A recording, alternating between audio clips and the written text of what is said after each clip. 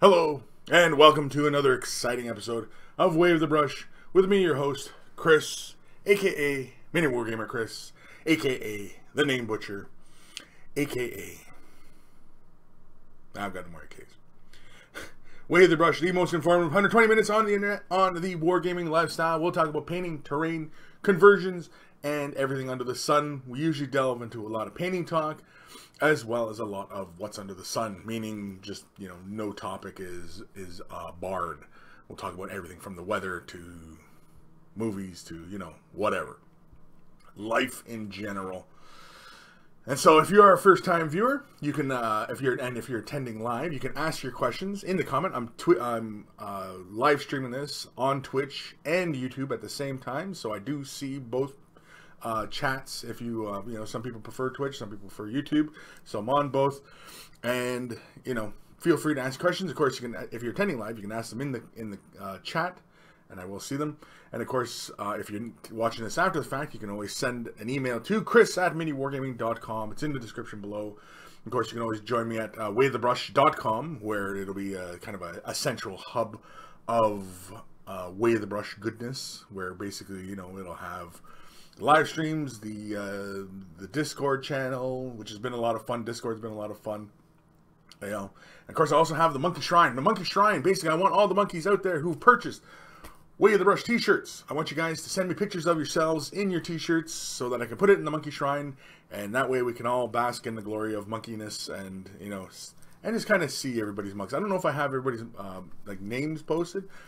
I don't know. Is that something I should do? Should I have people's names in the pictures, I guess? Or should we just leave it as kind of somewhat anonymous and go, ooh, that's me. I think that's somebody over there. I don't know who that is, but that might be him. But either way.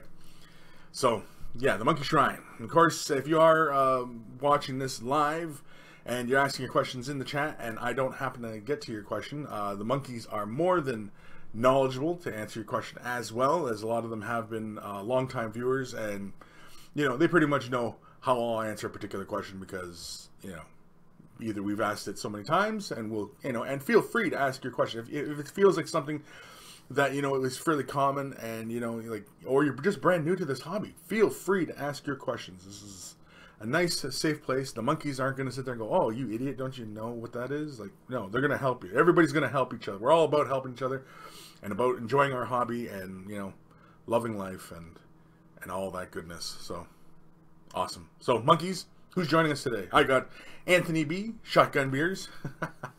Whenever you see I'm in my office, I'm not going to be shotgunning beers. When I'm at my lair at home, yeah, there's a possibility of shotgunning beers there. But I often don't shotgun beers because, well, I'm getting older nowadays, and, you know, man, it's kind of hard on the old liver. And, and, you know, when you put as many miles on my liver as I have, you know, you tend to not overfill the tank too often because, you know, it hurts. Anthony B, hey monkeys. Darren Com, hello. Matt Lagori, hey everyone. Dr. Xantos. Any good games we're playing these days? My gaming group killed Heresy for me. Interesting. You know what? It seems like these days, this is a really interesting time for wargaming because, you know, there's so many new companies, and you see so many Kickstarters for games, and, you know, you got all these other bigger kind of companies creating, you know, brand new games and stuff like that. So, yeah, it's a really interesting time for miniature wargaming that, you know, especially with this crossover of board game and miniature game. It seems to be a thing where we have these beautiful sculpted miniatures for board games that encourage people to paint them up and make them look good for their board game. You know, things like Kingdom Death and... oh man, I can go on. Like, there's a whole bunch, you know. So yeah, it's really interesting. Anthony B, aka forgot my AK. Dark Commission, hey Kris, hey monkeys, munkins. Dr. Answers, today I didn't even have to use my AK. I got to say it was a good day. Jeez. Jeez. Sir Peanut Butter, on time. Morning, everyone. Morning. K Jelly, 421. Hey, Kris. Hey, K Jelly. I think I said K Jelly. I don't know. Eric Fountain, good morning, all. Darren Crom, yay, get to catch one of these live. Trusty 30 centimeters of snow trapped me in my hotel. Wow. 30 centimeters, that's quite a bit. Like, did it all just come down at once? Like, not at once, but I mean, you know, come down like in one sitting kind of thing. It just, because we were warming up here, like last week, it was warm, the grass was out and everything like that, and then all of a sudden, bang, we got like a half foot of snow again, and so everything looks like winter again. Looks like winter. It's beginning to look a lot like Christmas. Yeah, whenever it starts freshly snowing like that, I always think of Christmas songs. I don't know why. Lazy Monkey, ook ook, ook ook. Sammy C over on Twitch. Aloha, Kris, and the rest of the monkeys. Hey, a bit weird startup, but now all good. Hope for another fun show. Startup was weird. Why? What was weird about it? What was weird? I don't know. Something was weird. Anyway. Lazy Monkey, I'd like 30 centimeters of snow, but then I wouldn't have to go to work in 3 hours. Or then I wouldn't have to go to work in 3 hours. Gotcha. G Squared, hey everyone. Hey Kris, hey G Squared. Kate Jelly, I do have a question. Do you stream on... what is that? Schedule that isn't on Saturday? Or do I stream on a schedule that isn't on Saturdays? No, I like to keep things fairly consistent. This is advice that goes for everybody out there who, you know, does the YouTube thing, and like you're starting out your YouTube channel, and you know, I tell this to everybody that consistency, be consistent. And so for the longest time, I've always done Weigh the Brush at noon on Saturdays. It's just because it's my day off, and I do Weigh the Brush on my time, so you know. It's just for consistency's sake that I do it every day like this. Sometimes I do it on a Sunday in case I miss the Saturday, but I'll usually post something about that either on Twitter or the Facebook Weigh the Brush Facebook page. One of those two places I usually post announcements and stuff. Usually my Twitter, because it's easier because I can just do it from the phone, especially if I'm late or I'm in a rush or something like that. I can just tweet it out really fast and boom, it's gone. So if you're not following me on Twitter, you know, that's really where the most likely I am to put updates and stuff like that, and, you know, in case there is no show or something like that. Kevin Cabal, morning all. Totem Lord, good evening, monkeys. Disappointed that I'm only going to see half the show today. Got my final performance tonight. Final performance tonight? What's that? Performance of what? What are you performing? Are you like a trapeze artist? And you're doing your final trapeze act today? Please tell me. Ebb and Flow, sup everybody? Steve McDemon, I thought you were late. Turns out YouTube didn't refresh properly. Well, that's YouTube's fault. That's not my fault. Can't blame me. Well, you could, but I wouldn't. Anthony B, what's snow? It's been so mild in Nevada. Supposed to be 80 on Monday. Holy man. Yeah, Nevada. The boys just went to LVO. Quirk, did you have fun at LVO? He says he did. He had fun. And so, yeah, Mike, our advertising manager, and, of course, Dave went to LVO. And so, fun was had by all. It was a good time. I hope it was productive for them. And, yeah. Hopefully they got to see some of you guys out there playing. I don't know how many guys who are tournament players even tune into this silliness. I don't know, but either way. Sammy C, for some reason I got here early, but then had to reload the page and now see the show live. Yay, come on in. Yay. You're going to hit me? Well, yeah, that's up to you, dude. Dude? You can stand over here. There. That way you're more in the frame there. Yeah, you can see my terrible... Oh, yeah, and Quirk shaved. If anybody remembers. Yeah. It was kind of hilarious. The day after he shaved, he still had that dye. I couldn't get it out of my beard. It would not come out of my beard, so it was just like pink. Yes, you could just see like the imprint of it. It was like, you know, when a little kid gets into their mom's makeup and he's just, I'm going to draw on a beard. Yeah. Kurt Krishon, for once I made it on time. Well, welcome, Kurt. Kate Jelly, when do you do late night shows? Okay, gotta install Twitter now. When do I do late night shows? Usually it's whenever I'm in the office late at night and I do like the late night painting or something like that. I haven't done any this week, I actually was just kind of chilling out. I was actually playing a lot of PUBG this week with Grim and everybody like that. Did you win? No, I didn't win. Are you kidding me? Me and Grim got to 5th, I think, in duo, so it wasn't too bad. So that means there was only 10 other people left. Yeah. Or sorry, 8. I guess we were playing duo. Yeah. Hey, Rick13. Hello, everybody. Hello, Nitfink. Hello, everyone. Hello, Nitfink. Ebb and Flow, Florida is lovely today. Florida. It's freezing today. Yeah, it's pretty cold. It's windy. It's chilly. I missed the Vegas weather. It was like 12 degrees. Go walk out in a t-shirt. Wasn't it really that warm? It was gorgeous. Yeah? Like, the first day out, everybody was like about to leave. We all got our hoodies on. And Dave was like, I don't think we're going to need these. We go outside and we're like, wow, hoodies was a bad idea. So. Wow. Darren Crum. We had about 60 centimeters fall in the last week. Lost my place now. Oh, there it is. In the last week, but 30 of it was yesterday, and the RCP here have asked the public to stay off the highways. Really? Wow. Holy cow. Yeah, that's something. They put out announcements like that. Anthony B. I was supposed to go to the LVO, but had to work all weekend. Oh, that sucks. Lazy Monkey. I wonder if Hartley Quirk dyed his hair like he said he would on the 24-hour stream. He might have just been hallucinating when he agreed to that, though.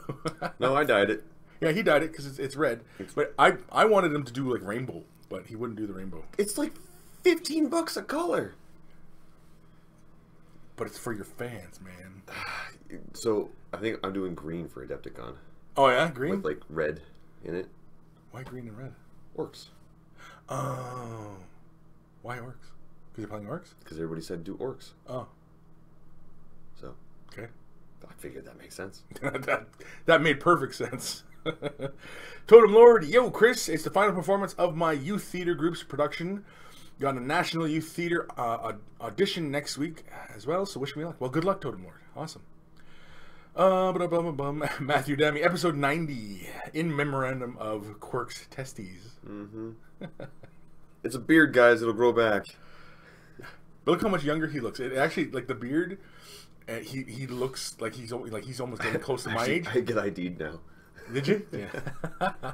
Well, yeah, because now you look younger again. I know. I should be my idea. Like, no, you look like you do in the picture. But when I had the beard, people were like, how old are you? I'm like, 27. They're like, just go. No, you're not. Just go. Just go. Yeah, I'm going to need to pull a sample here. Yeah, just as they're snapping the rubber glove. Brood Dog. You should do the new Crocs from Warma Hordes. They got new Croc models. They look yeah, awesome. they do. They look sweet. Yeah, they do. There's one he looks kind of like a bounty hunter, and he's got the cowboy hat. I like the one that's like summoning. You see the like pot on fire. Yeah. That's so cool. No, and I mean, they almost had me. Warma Hordes almost had me back at. Oh yeah, nice. We're Windows. Advertising all the time. Anyway, with the gargantuan for Gators. Oh yeah, Godzilla looking thing. Grimkin. Yeah, got me super excited. Yeah. No, it's. I mean, I'd like to play War Machine, but. You know what I mean? Like, I've got my model still sitting around and everything like that, collecting dust, and I don't know, it's just nobody to play with, you know? And I mean, do you play? Have you played it? Last time I played was Valhalla, and that was one match that lasted maybe 20 minutes. Yeah. I mean, I like War Machine. I like the rules of War Machine. And now that it seems like the models are finally starting to catch up to how fun the game is and, like, what you imagine, and you know what I mean? And you still get a whole lot of people that, like, just buy the newest thing and don't care. Yeah, that's... I saw that a lot at the LVO where it was just like, oh, I see the same list like 20 times. I guess that's the new meta. Yeah, it's...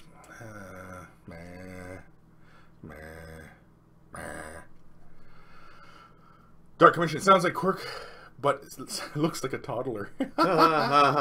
Steve McDevan, Quirk looks so serious without a beard.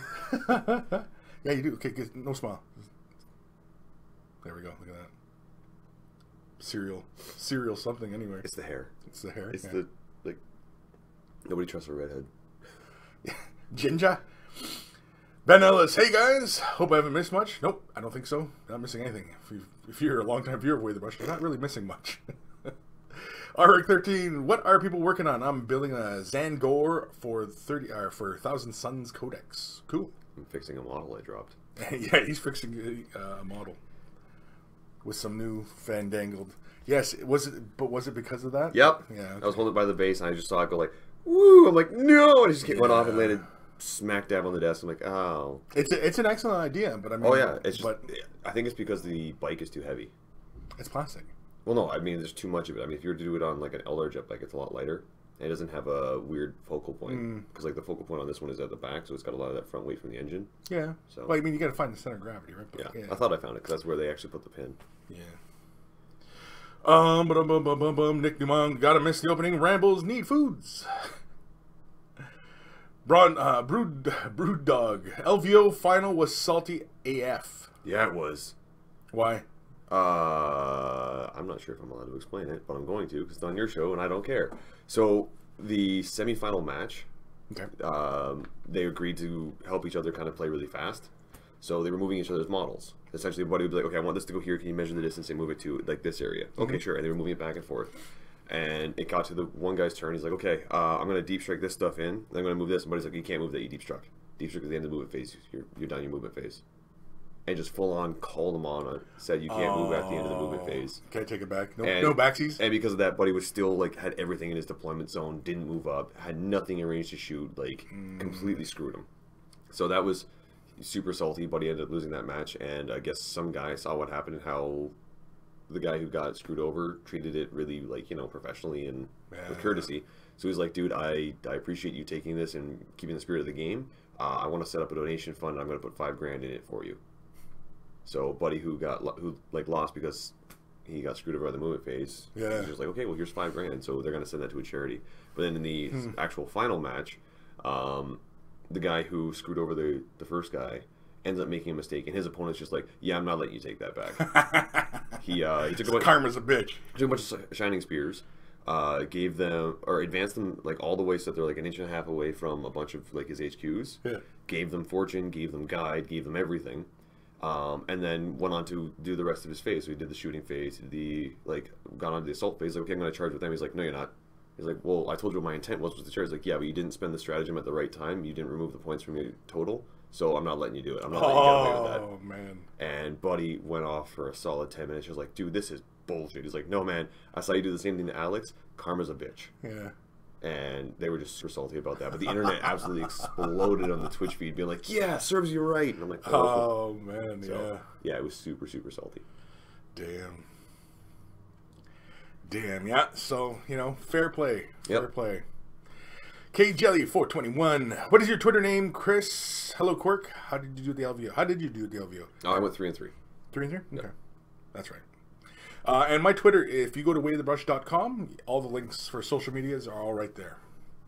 But it's, I think, K Bello or something. Or I think it's. Oh, yeah, no. Steve McDemon, yeah. Steve McDemon, it's at Kris Bello. There we go. Emperor's Champion, your shoulder's looking a bit quirky today. Hi, by the way. It's looking a bit quirky. Yeah, a little bit. Yeah. Matthew Dammy, Kris, I used to think redheads were sexy until now. Ouch. Ouch, that hurts. Right in the feels. Yeah, holy man. If I had a soul, it would be hurting right now.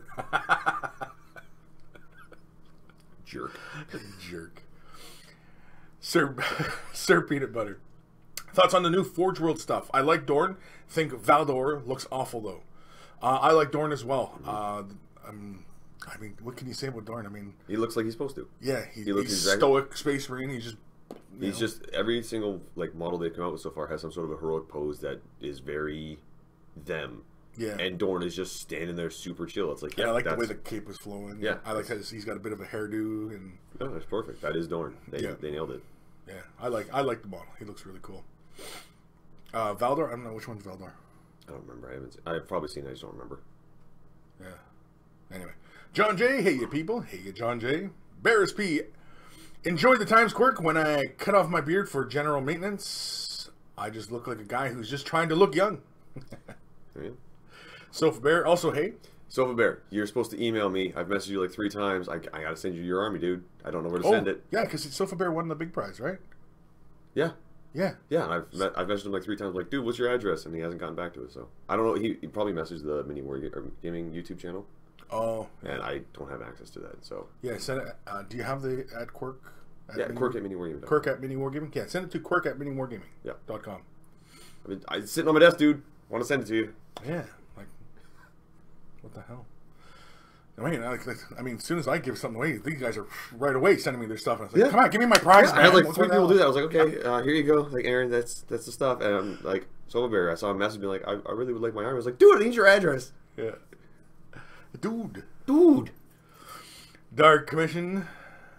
Last time I grew a beard, I looked like I'd washed my face in glue and fallen over a pot of flock. Never again. Gross. Lazy Monkey. Salty karma is a bitch. Yes. Or would that be karmic salt? Karmic salt? I don't know. I think it's salty karma. Sofa Bear. Are we ignoring Alferis? Has just been teased for real? Has Alferis been teased? Has Alferis been teased? I don't know. Getting a little warm here. Johnny Wraith, there he is. Hey, you kids. Here's Johnny. John J. Screw him. I'll take it. Sam C. Heck, Kris, and Q just send stuff to me if that dude don't want it. If Sofa Bear doesn't want it, yeah, I'm sending it to Sammy. Because, you know, Sammy's a good cat. Sofa Bear, I send it to the YouTube channel. Where do I send it? Quirk at Mini Wargaming. It's not. Well, it's not. I do it like that. I know it's Quirk at miniwargaming.com. It's an email. Mini Wargaming. Just send that to me, and I'll get it sent out to you on Monday. Do it. Do it now. Do it. Lazy Monkey, send it to Quirk at Mini Wargaming. Yeah, that's there. We go. See, everybody's all helpful / trying to take it. Yeah, everybody's trying to put their name. Yeah. I am Sofa Bear. My name's Sofa Bear. I don't know. It looks like your username's on Twitch, and it doesn't even have the same letters. Kate Jelly. Hey, Kris. I'm a bit new to your live shows. Do you do some painting or just awesome talking? Well, I don't do either. I don't do either. You know what? Earlier versions of Way the Brush, if you go way back into the old episodes, there was a painting element to the show. Basically, I would take a question live and, you know, answer it, you know, and head over to the painting station and talk and do it. For some strange reason, we just ended up kind of foregoing that, and for the longest time, it's just been strictly talk. I've talked many times about bringing it back, you know, just in case people wanted to see a live demonstration, stuff like that. But nobody's really kind of like screamed, you know, Kris, yeah, we need that live portion back, you know, because I also do other live and or impromptu type painting where I'm just sitting down and I'm painting. Like whenever I do the late night painting, when I'm talking to people, if they ask me a question, I'll usually try and answer it, just kind of like this as well, but you know. You full on Steved up that answer. Why? Your hands are flying everywhere. Yeah. Well, because it's more visually interesting if my hands are just kind of rather than if I'm just and I sit on Twitch. Summon an energy ball. Yeah. Roll it around your fingers. Use 2 fingers.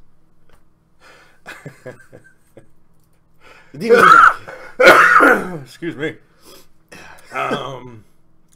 Brother Vitus, Alferis, and Lurlian Terminators have been teased. They look amazing. Lurlian? Is that a thing? Linarin. Linarin? I think it's... I don't know how to pronounce it. It pops up all the time, and I'm like, Linarin? LeBaron? I don't know. LeBaron. Isn't that a car? That's McLaren. John J. Maybe there's a quirk in the system. Two-gun painting. Woo! Made a live show again. Greetings all. Greetings. Matthew Demi. Can we get Quirk to say Deus Volt? No. Why? What is that? I don't know. You just straight up no? I've learned when people say, can you say this for me? I'm like, that's a bad idea. I don't see anything wrong with that. Deus Volt. There we go. There. Said it. Or say it dramatically like you're in a movie. Deus Volt. There you go. Got a soundbite for it? There you go. Now watch it means like I have a small penis or something. So. Ben Ellis, any episode title recommendations yet? As we've had a random chat stream yet. Well, we've just been kind of talking, greeting. I mean, still, well, geez, we're almost half an hour into the show and I'm still greeting everybody. But that's usually about half hour. That makes sense. Half hour BS. Are you using Restream? Yes, I am. Ooh. Yeah, so this is on Twitch and YouTube. Onto both. Yeah. Ooh, I was playing with this yesterday. Yeah, it's straightforward. Trying to figure out the thing for the thing. Well, this chat is off the restream, so that I can see both chats. Oh, there's a Chrysler the Baron. Yeah, Chrysler the Baron. Okay. Yeah. I didn't know that. Totem Lord, having Kris explain something convoluted and confusing that I never understand and don't have the skills to do is enough. Totem Lord, yeah, we don't need live demonstrations. No, we don't need them. See, and that's why we don't do them anymore. Because, I feel like you're like the Morgan Freeman of painting. Just randomly pop up, and every time you give a little tutorial, your mustache grows an extra little bit. And now we're gonna grab the Mephiston Red. This is not the new Mephiston Red. This is the old Mephiston Red. As you can tell by the cap, it's still not opaque. We're gonna slowly add medium to the Mephiston Red. Anyway, Sammy C. Hey, Kris, I don't want to be greedy, at least too greedy here. In my opinion, if other fellow or for whatever reason can't get you his info, put the prize back on the block. Wouldn't that be fair? No, Sofa Bear's good.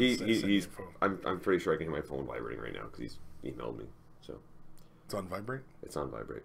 It's not in my pocket. It's in your back pocket. It's in my desk. That back pocket. It's not in nature's pocket. No. Nature's pocket. Anthony, damn kids, there is a Christ Little Baron. Yes, there is. Matthew Dammy, it's God wills it. Oh, that's what that is. Okay, there we go. Does that mean I suddenly became religious? You suddenly became religious. Oh my. Kate Jelly 421, Kris, would you say it's hard to do airbrush? To do the airbrush. To do the airbrush, like it's a dance, with the sprinkler. Yeah, I'm gonna say. And pull it back, pull it back, pull it back. Let it spray. And any tip on how to motivate me to get my paint done? I have so much that isn't even primed, and I use so long on one model since I want it good. Okay, is it hard to do the airbrush? No, it's not hard to do the airbrush. Getting into airbrushing has a fairly high initial costs getting into it, but over time it does speed up your work. So if you're looking to get more models done, it's going to save you a lot of time, right? So really the question becomes, what is your time worth? And that's really where you should be asking that kind of question. Now, using an airbrush, yes, is not just straight out of the box and bang, you're going to be doing awesome stuff right away. I did. No, you've been airbrushing for a while. I got an airbrush yesterday, and right out of the box, awesome stuff. But it's not your first airbrush. It's not the first time you ever held an airbrush. That's fair. Right? So, and there is a bit of skill involved with using the airbrush, and it does take time and a bit of practice and getting used to how PSI and paint thickness and all these things play a factor in what exactly you're doing on the model, as far as how far you're working, how close up. You know what I mean? All these things play a factor in your development as an airbrush artist, or develop as your technique in airbrushing skill. So yeah, but if you're looking to get an airbrush, by all means get one. But again, I mean, if resources are tight, then do you really need? You need to ask yourself, do I really need one? But if you've got the resources for it, by all means get it. Is your time valuable? Like, you only have so many hours in the weekend to get your hobbying in. Then these are the questions that really need to be answered. Dark Commission. I first saw Mephiston Red in '08. In '08? In '08? In '08. In '08. Ebb and Flow, episode 190. Quirk works the energy balls with his fingers.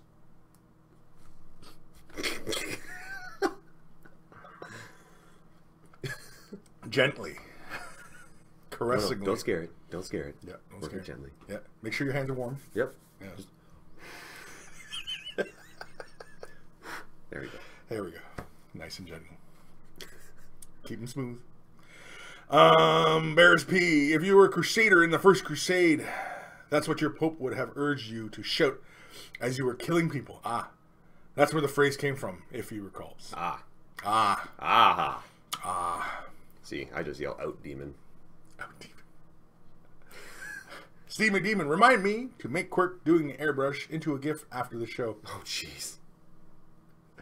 Oh, yeah, that's the other bad part about doing this live. And then also they'll take it and make it a GIF. And just like, just gotta shake your paint. That's all you gotta do is just shake your paint. No, that's the dragon blood, isn't it? Demon blood. Demon blood. Demon blood. Now you get arrowed in the back. Yeah. No, you gotta keep drinking dragon blood. Anyway, where am I? Totem Lord, email time? Yes, I think it is getting close to email time. Lazy Monkey, email time with Harley Quirk, the new Way the Brush segment. Oh, jeez. Matthew Demi, Chris, will Quirk show up for our event at Adepticon? Oh, he'll probably be wandering around. Yeah. Yeah. I'm playing in the tournament. So. Oh, yeah, he's doing the tournament. Yeah, because Quirk is our tournament guy now, right? For the last, almost a year now? You've been doing, the tournament scene? Since 8th edition, I've been trying to jump into tournaments. Almost so, a year, yeah. almost a year, yeah. Yeah, since 8th edition, Quirk has been our guy because... I grew up in tournaments. We do casual stuff here, but my whole experience with wargaming has always been tournament scene. So I'm used to the competitive stuff. I love ITC rulings, and that's kind of what got me into it. And with 8th edition being a new rule set, it was like a reset on me understanding the rules, because instead of me jumping in, 12 books in, I'm jumping in 4 books in, 5 books in when you count the rule book, and it's super easy to pick up, and I just got to keep on top of everybody else's army. But no, I'm loving the tournament scene. Yeah, well, because for our mini wargaming, we never covered tournament stuff. Yeah, we never did tournament stuff, and so Quirk is our guy, really, who's going to be more and more branching out into that, and you're going to see more and more kind of tournament related type content. Really more from Quirk. Yeah, that's what the breakdown videos are shifting more towards, is just breaking down tournament lists and showing you the games that I did. Because I filmed while I was at the LVO. I filmed 4 out of the 6 games I played. So that was good. So you guys are going to get to see the list that I played against there and how those games played out. If anybody knows the Long War Kenny, he and I played a match against each other. And he stomped me. Oh, wow, I did not see that coming. Just... didn't even buy me dinner first or anything. Just straight up. So, he got me good. It was a good list. Fun guy to play against. But you'll see that game. I think that's going to be game 3 or 4 in the series. So, cool. Kate Jelly, thanks. Sorry, English isn't my first language. Sitting in the cold dark of Norway. Cool. Ben Ellis, that's a great episode title. What? What was a great episode title? I don't know. Episode 190, Quirk Finds God. Quirk Finds God. Please. Episode 190, only gentle caressing is required. I kind of like that. Yeah?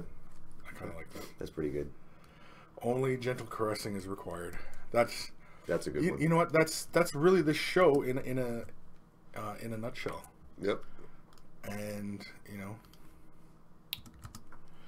it's the only pain in the ass part of doing both. Oh, you gotta update them? You gotta update them both, yeah. Can't you update them through there is, Restream? yeah, there is. No, because Restream just does... Oh, just does the title? It just shows me feed info. Go to titles. Title, and I'll put them all of them. Oh, okay. Would that have worked if I put that in there? Yeah.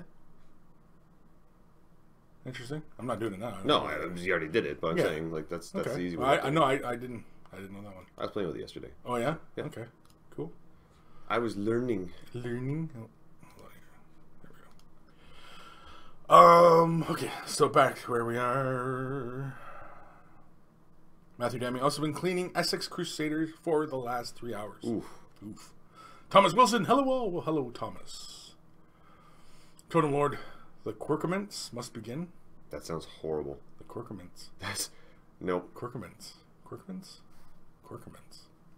Hansel. Kurt Gershon. I'm friends with Kenny. Kenny's awesome. Matthew Demi. Bye, QFed. Was that a hint that I should leave? Or maybe he's leaving. Oh, he's leaving? Maybe. Okay. I don't know. If you're leaving, bye. If you want me to leave, no. Ted Williams. Bit of a meta question. Do you think Primaris only armies are competitive yet? Nope. Nope. No, they're not. Primaris only armies are good if you need to fill in troop choices, because they're better than the regular troop choices that you can get for any of the Imperium armies. But the main meta for Imperium is bringing Guilliman with some crazy powerful guns. So whether it's Land Raiders, whether it's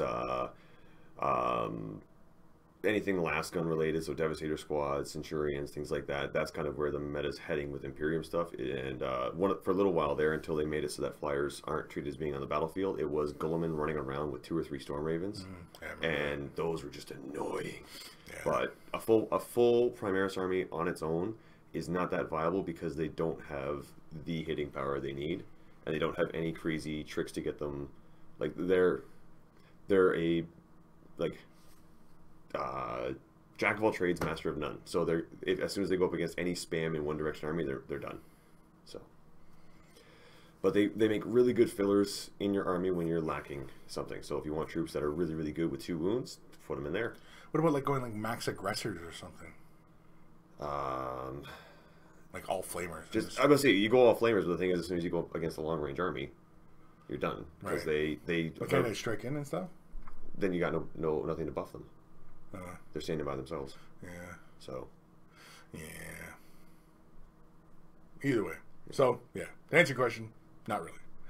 Johnny Wraith at Quirk, I think you should actually do more competitive stuff battle reps. I'm sure there's a portion of many wargaming reviewers who are more interested in those, myself included. Yes. Oh, we know that we are aware of that. Yes. Yes. And that's why over the last year or so we've been building to it. And the difficult part right now is getting guests in who want to play competitive because the last little while, whenever we get a guest, he was like, "Yeah, I play pretty good like tournament list." We're like, "Okay, let's see what your list is." And we look at it, it's like, "Oh, you're like that's your tournament list in your local meta because everybody there plays like Tau."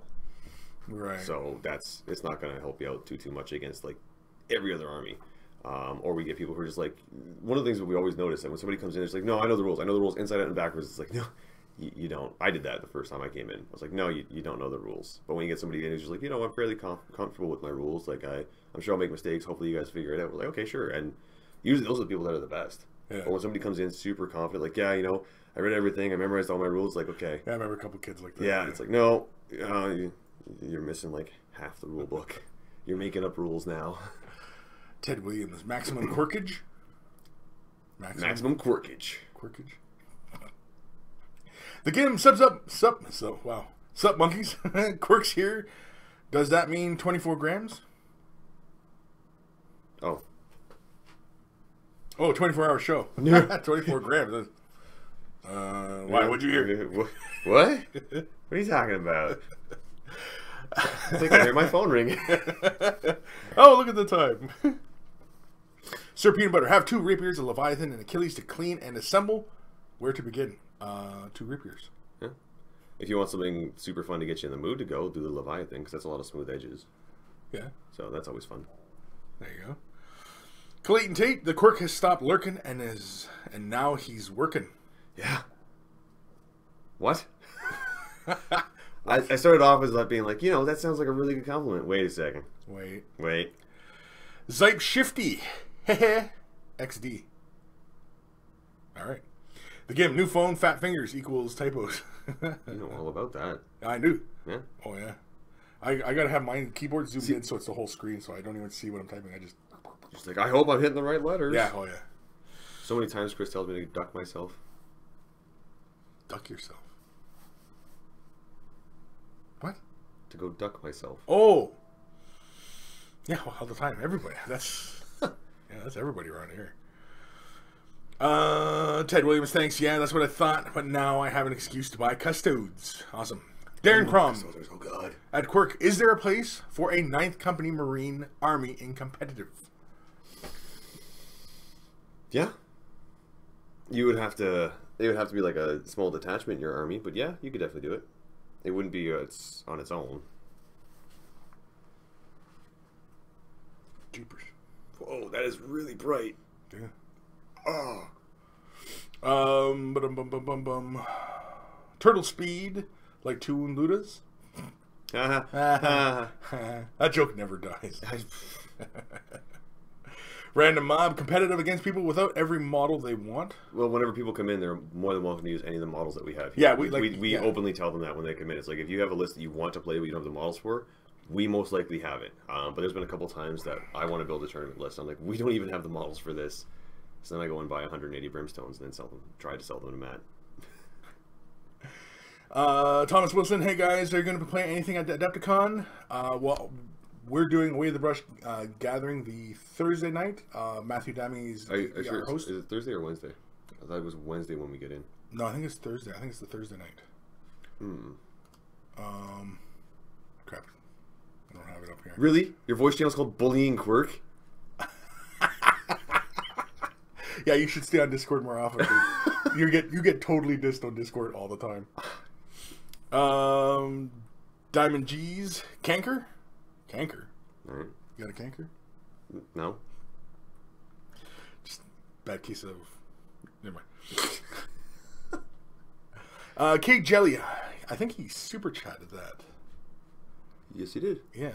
Now, how do I click on his thingy? Oh, there it is. So, Cake Jelly. It says it in the thing there.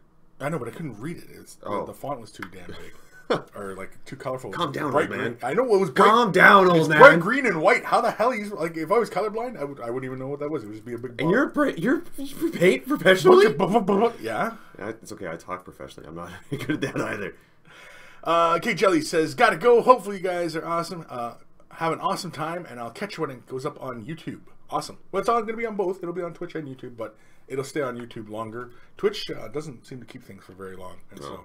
And Cake Jelly, thank you for the super chat there, buddy. Much appreciated.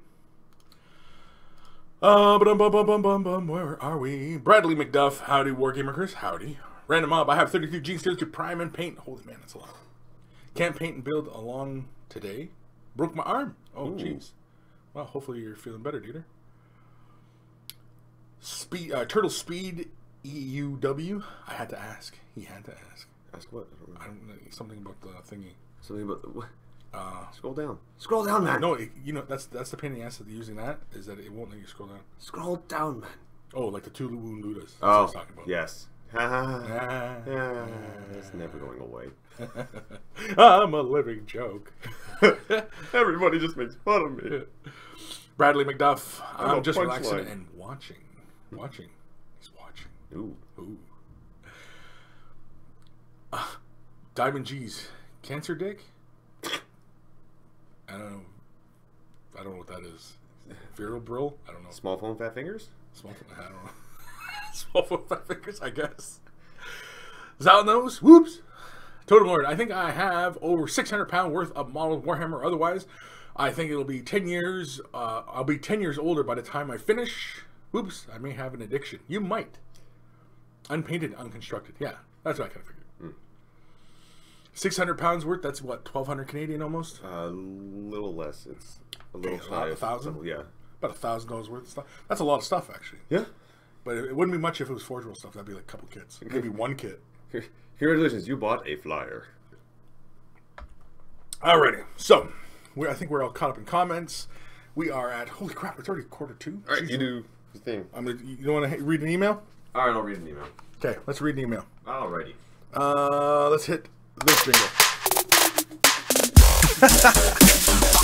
email time.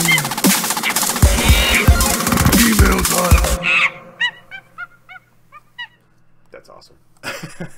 And of course, we always thank Guy Muir Alfer, aka Carl, aka Beer and Blood Bowl, for producing those, taking the time out of his busy schedule to put a smile on everybody's face with those jingles. So this is an email from Jacob. Go ahead. Hello, Monkey Lord. I would like to know how to do black capes to show depth. Is there any tips or vids on how to do this? And when appreciating, is it better to use blues over grays?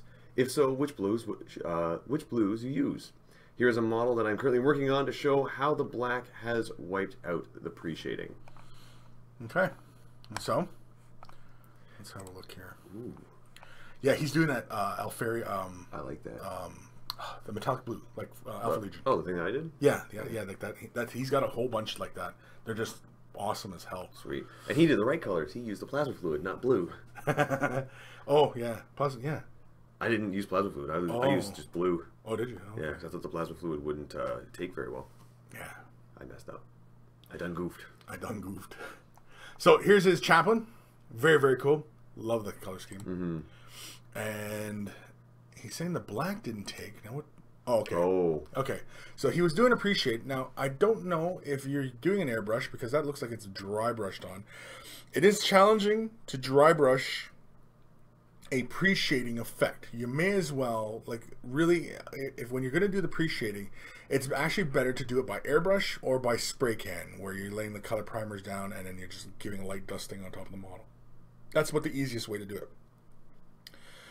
Dry brushing it, it requires you to have like absolute control over your brush stroke and everything, and how the light would fall from directly above, and it requires a lot of effort versus if you'd have done it by airbrush or by spray can. Now when doing, okay, now if you're going to try and pull this effect back a bit, because yeah, it looks a little bit chalky, and it is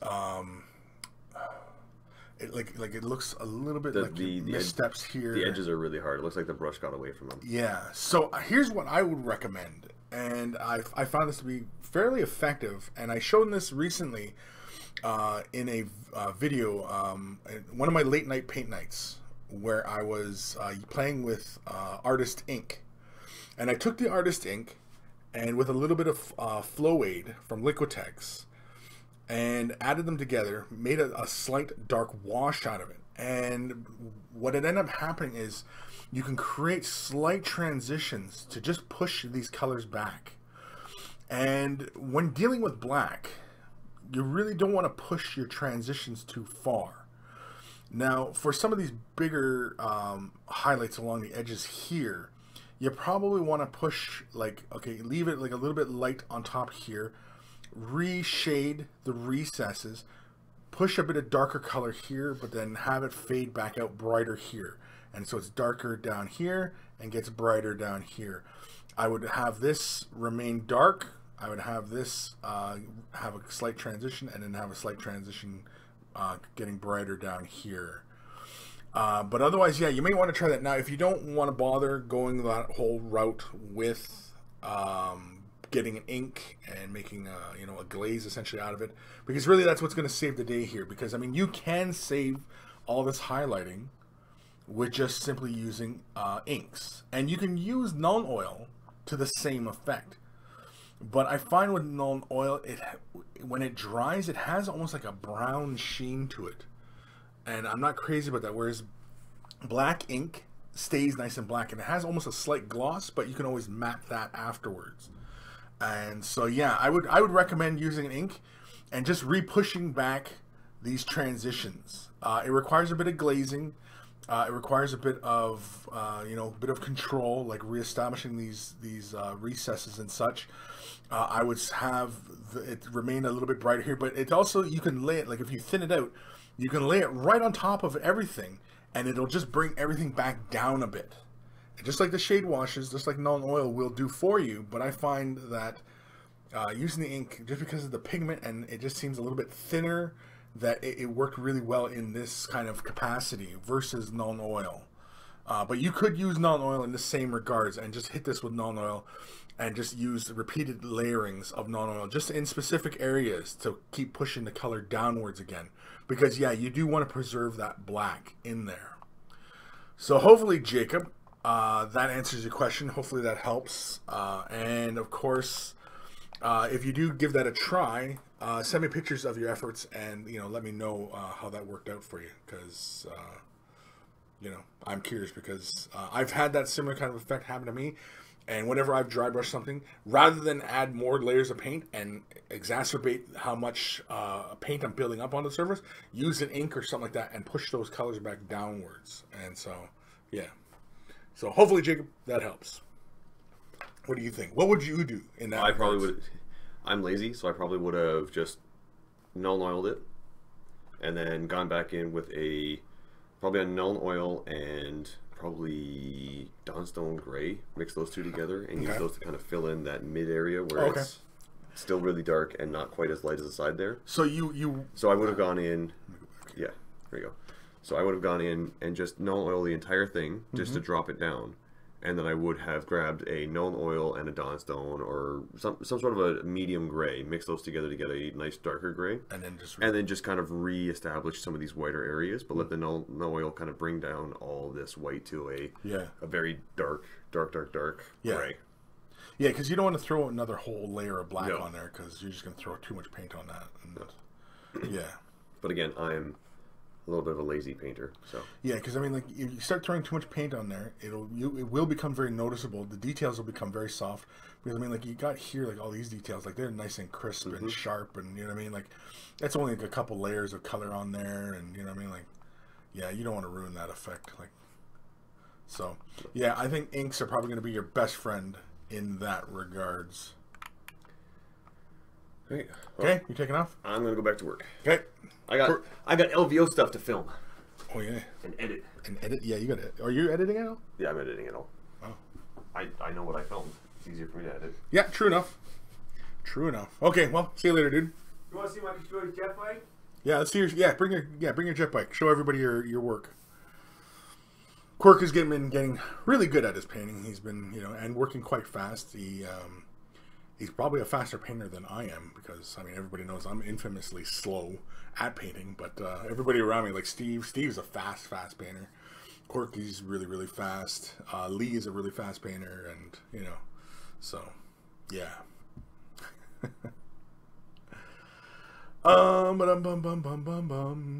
Bradley Big Gruff Gray Bottle Syndrome, yeah. That's really what kind of also is kind of hard on the War Machine community. I mean, there's no gray plastics in that, but I mean, like, it's the same syndrome that not painting their models and just playing the game, and I don't know, it's kind of tough. Whereas 40K, more and more now, it seems like people really want to get their armies painted and just not just simply play. And I think especially too when we're paying enough for these models, I mean, if you truly appreciate what you're spending on these models, like you want to do a good paint job on them, or at least a decent paint job, right? I mean, yeah. Okay, so here, because I know you have a tendency to break it. I'm not touching it. I'm gonna. Oh, wrong. Okay, so the camera right there. I am going to switch this over so that you can push it closer to the camera and give everybody a good peek, and so you can see all those nice details. Look at that. You didn't drill out the barrels. Shut up. They're pre-divoted, so nice effect on that blade. I really like that.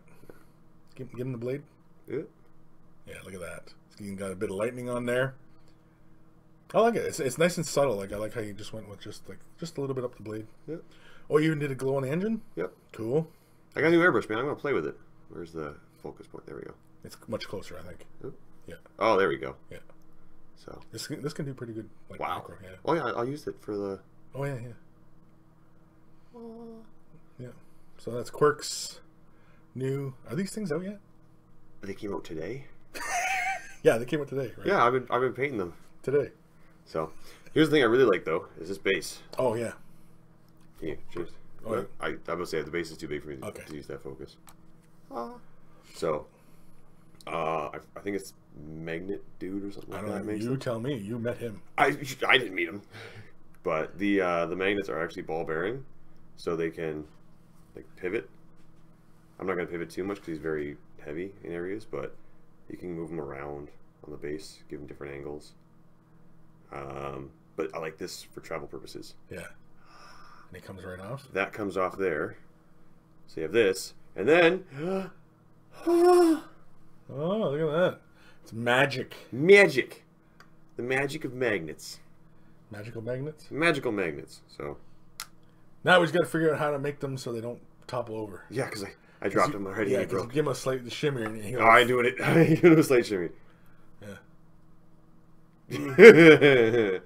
The old sphincter tightens right up. Oh yeah. I think what I need to do is actually not put the magnet on the bottom. I need to put it on the top here so they actually make full contact. Because it's pulling through the base right now. I think that's all right. But it's pretty strong, right? I'm not going to touch it. I want to say, oh, look at it. Look, it's super strong. Last time you touched it, like ah, yeah, it all fell down. But yeah, a few little things left to do on this. I got to do the boots, the like straps there on his like I guess boot covers. Sure, why not? The front panel. His chaps. His chaps. Chaps. Chaps. I gotta do his chaps, his face, and then just the control panel there. And he's done. Cool. And I got 2 more to do, but this is my shield guard captain. So. What are you gonna do his face too, though? That's what I said. And his face. Oh yeah. I didn't realize he wasn't wearing a helmet. No. He's the shield guard captain. I don't like how they did that, where it's like, oh, is he important? I don't know. Is he wearing a helmet? No. Yes, he's important. Yeah. So. Anyway, I'll let you get back to it. So Sofa Bear says, tell Quirk I emailed him. So I know. I saw your email. I'm printing it out so that I can give it to Aaron to ship your box. Ship your box. Ship your box. All right. Quirk, shipping boxes. Dirty whore.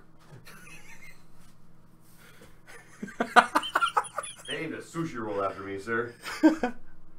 Which one was it? In Vegas, the man whore. Oh, the man whore. Yeah, the man whore.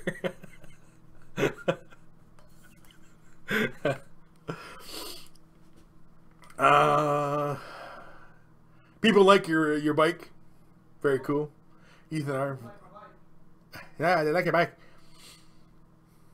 Lazy Monkey. It's a miracle. Magnets are miracles. Yeah, they are miracles. Because, you know, science. Science, man. It's all about the science. Sammy C. How about buying a heavy-weighted slug? Essentially a metal disc and glue the bottom of the base. I did it to a few models and it kind of works well. It kind of works well? It kind of works well. Okay. Lazy Monkey. Miracles. Sammy C. P.S. Chris, have you ever get my email on the model I recently picked up? Curious if you got it or not. I think I did. I'm a little behind on emails, but I think I did get the email, Sammy. Yeah, your email actually will be like after this next one. Yeah. Yeah. Don't worry. Don't worry, buddy. I got you. I got you. Sofa Bear, let's keep it PG. It was PG. That was PG, wasn't it? I think so. PG? Sure. Dark Commission, I'm thinking of building a BB team of Tau drones with Necron arms underneath, done in rusty metal. I'll call them Taucron Scrapers. Any thoughts? I think that sounds kind of cool, actually. Because if anybody's going to try and crack Necron technology, it would be Tau, right? They'd be clever enough to kind of figure out how to do, incorporate their kind of tech and stuff like that. I think it sounds really kind of cool. I think it's something, though, that should be like in every kind of horror movie where they try to use the different kind of alien technology or something like that, and then it goes awry, runs amok, and, kills a bunch of people. I think it should be something like that, but, whatever. Mini Wargamer Josh. So, any monkeys showing at Adepticon? Yes, there are a few monkeys going to Adepticon. We have on Discord, we have a Way the Brush gathering of the monkeys for Adepticon this year. In fact, I have a Facebook post on it. If you go to the Way the Brush Facebook post, it should be stickied, I believe. And it's, the first annual meet and battle.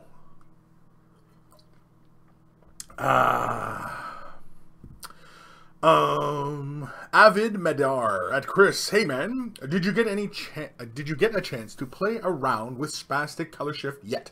I have not. I have not put in an order for it. I just, I get into things and, because I've been working on Rodigus, and so just kind of concentrating on that. I haven't done a lot of shopping or anything like that, and so But the color shift from Spastics, I mean, I got to get my ass in gear for that one and get on that, because I would like to try a side-by-side comparison of Green Stuff World's color shift acrylic paints versus using Spastics, which is more of a lacquer-based paint.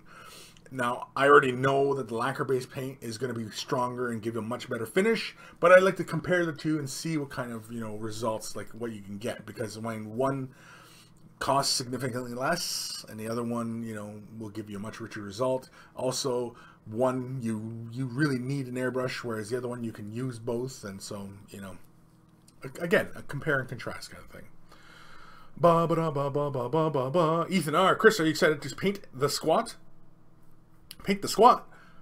Yes, I am excited. I'm actually really excited to see that character. I mean, it's very cool, and it's kind of fun that they're they're bringing back some little hints of squats, right? So it's kind of fun.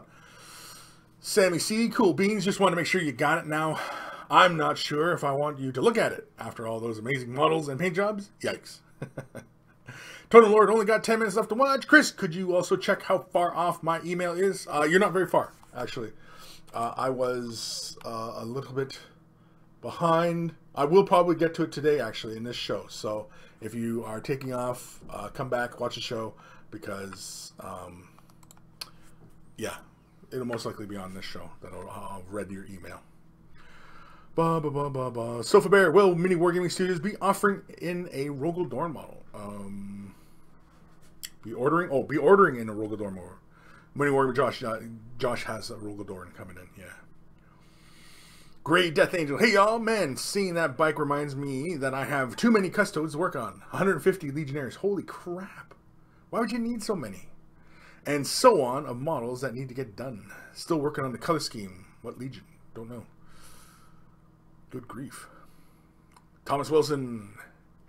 Is anyone at Mini War going to be playing in the Battle of Asilina Prime, a mini wargaming 40k narrative campaign at Adepticon? Is anybody going to be playing it? I'd imagine. I don't know. We'll see. That is Josh and Luca. I think you guys are handling that.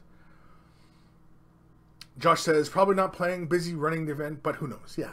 I mean, because, any of the other mini wargamers might come around, check out how it's going, and maybe they'll jump in for a couple turns. Who knows? It's wide up in the air. We're all going to be at Adepticon, so it's going to be, quite chaotic and fun. And, yeah, so I'm sure some of us will probably jump in here and there, probably just to mess with people.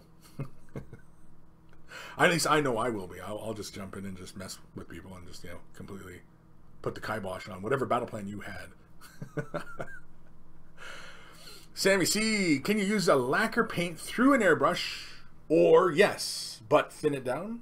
Yes, you can. You can use lacquer-based paints through the airbrush. That's perfectly fine. And yes, you should thin them down. Would it muck up the needle or less than an acrylic?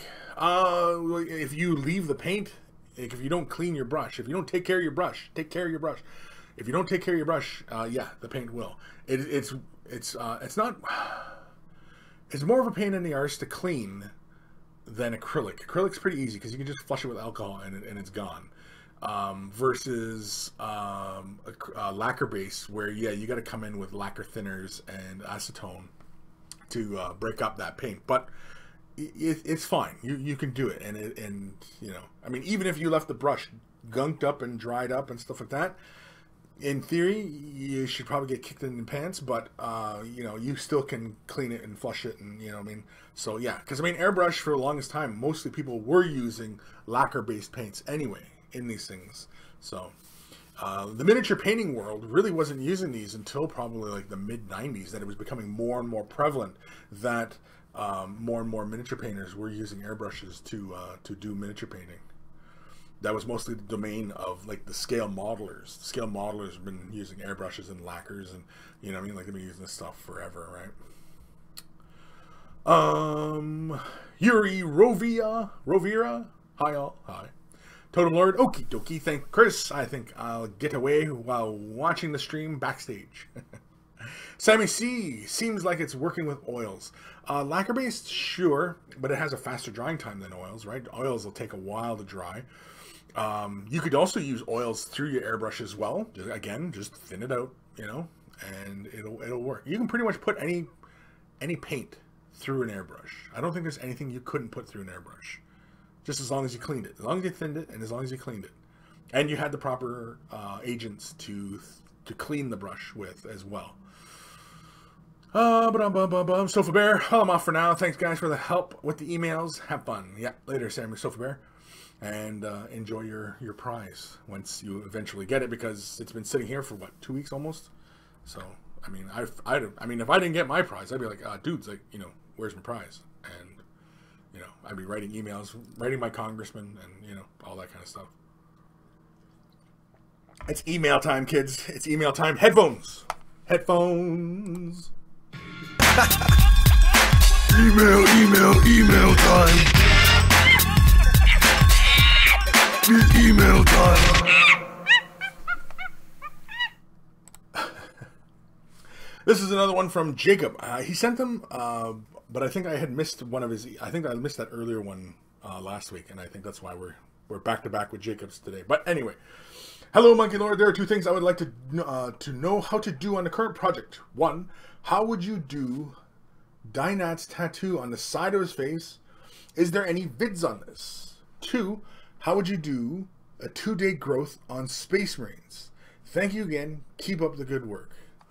Okay, well, you're in luck, Jacob, because yes, I do have videos on doing tattoos in Mini Wargaming's vault. I think you're a member, are you not? But either way, if you're not a member, you can always sign up for free. Try it out for 7 days. Check it out. You won't regret it. I do have videos. I'm doing tattoos I think even on the face as well. And also doing, I think what you're talking about is the 5 o'clock shadow effect. And I've done those videos as well. And there's a few cases where I've done them. And this guy is perfect for those kind of effects. He's got the face for it. Love the color on that armor, though. Isn't that fantastic? That's just really great. And so, really quickly here, in a nutshell, doing the tattoos, you can basically take like a black or even a dark gray, thin it out just a little bit, and with a fine brush, you can just basically fine line your design on the face. Or even, I've even done like ones where doing battle scars, stuff like that on the face. There's videos on that. The 5 o'clock shadow, either on the head or the beard or both. In a nutshell, basically you're going to take something like the fang, thin it down to glaze consistency, even very, very thin glaze consistency, and then you're basically just going to push the color out towards those edges. You can even take the fang and mix it with, say, a bit of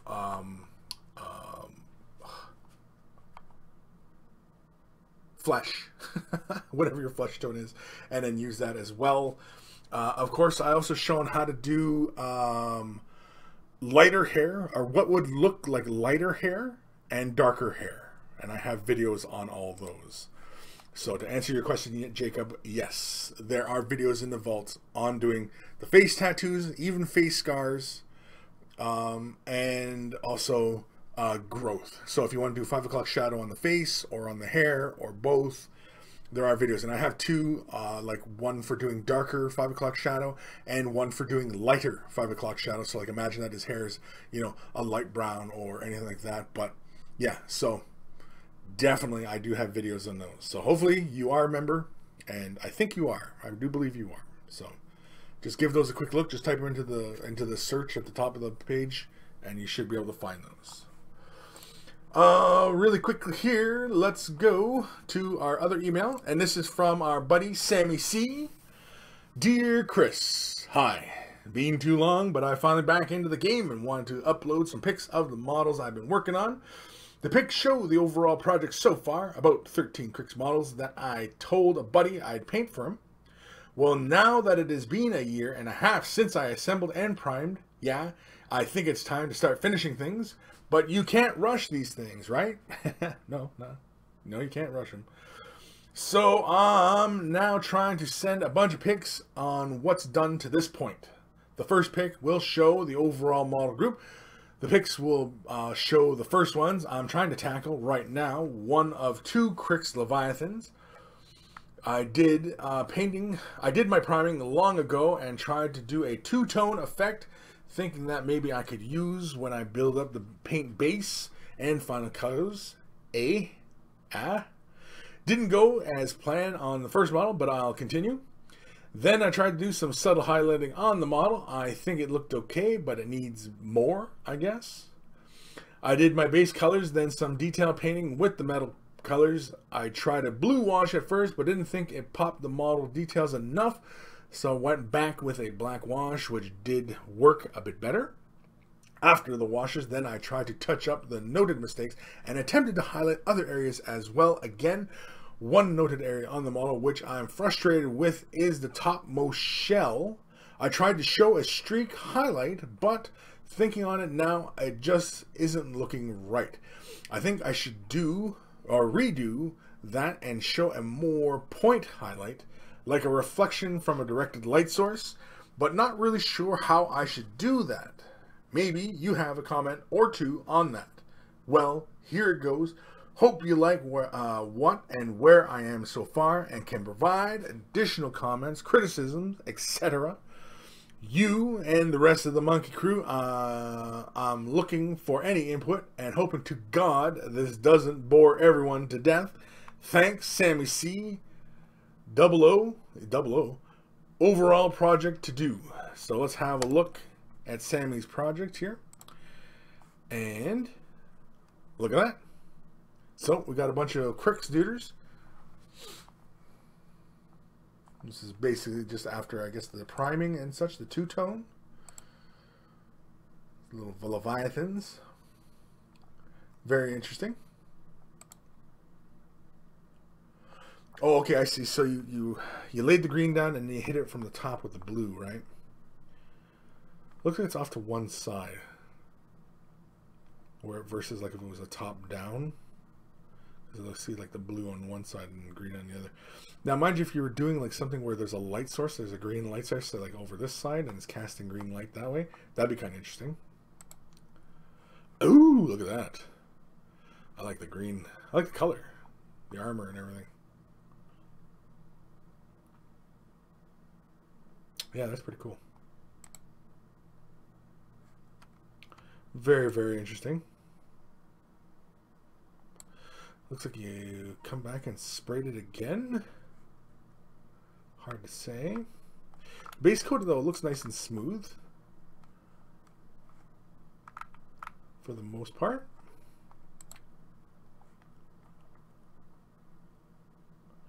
I really like the color scheme, though. It's very, very cool. Oh, yeah, okay. Yeah, so it's all work in progress. He's just showing where he was going. I like the base, I like the texture on there. A little glowing miasma of energy and such. Oh, look at that. We got some brass going on now. Very cool. Awesome stuff.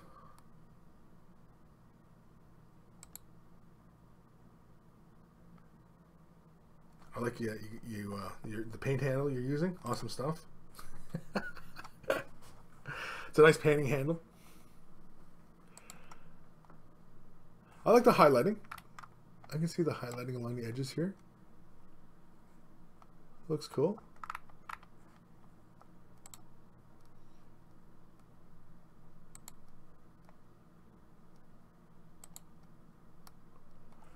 Kind of freaky.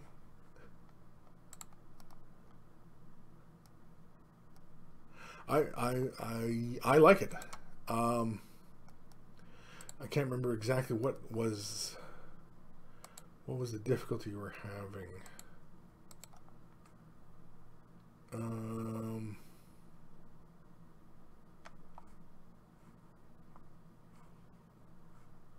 Sorry, I'm just I'm reading the email over again here. No, I didn't find anything wrong with the highlights. And where was the reflection?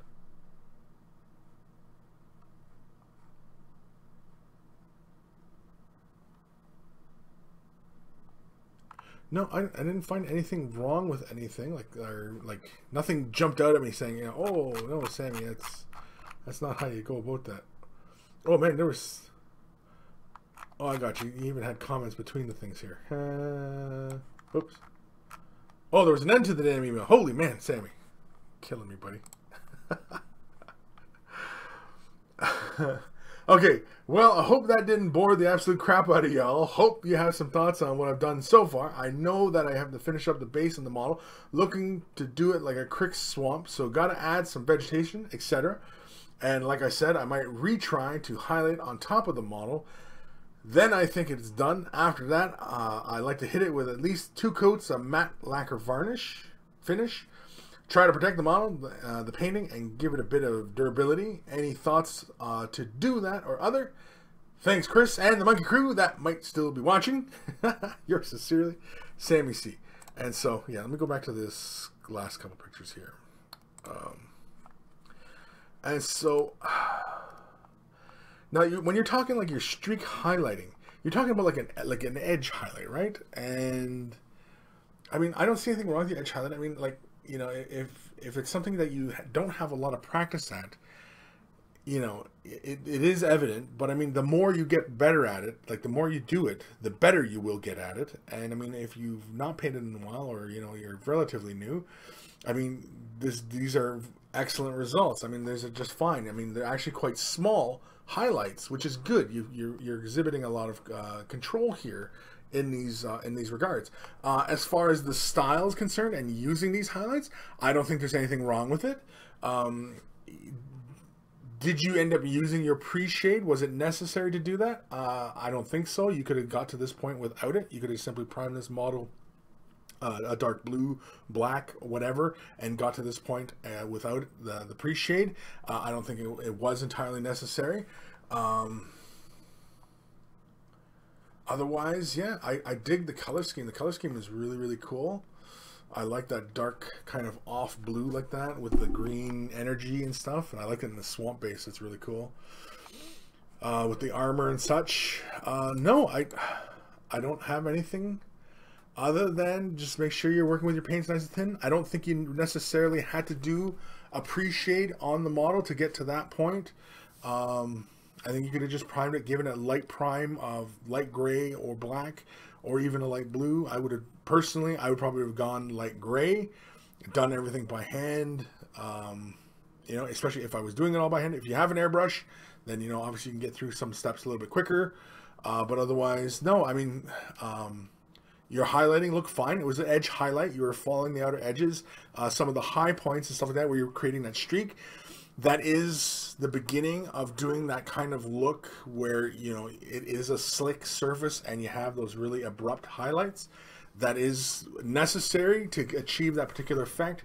But when you're doing that kind of effect, you bring the highlight almost up to a white, representing like the bright light sourcing above. And, you know, but you got to be very, very controlled in how small those little highlights are. And you know what I mean? So like you won't, say you do like one color that's off from the base tone, and then, you know, you do the next one, that only goes halfway down, and then the next one's only a quarter of the way down, and the next one's half of that, and then maybe a dot, and that would achieve the effect, right?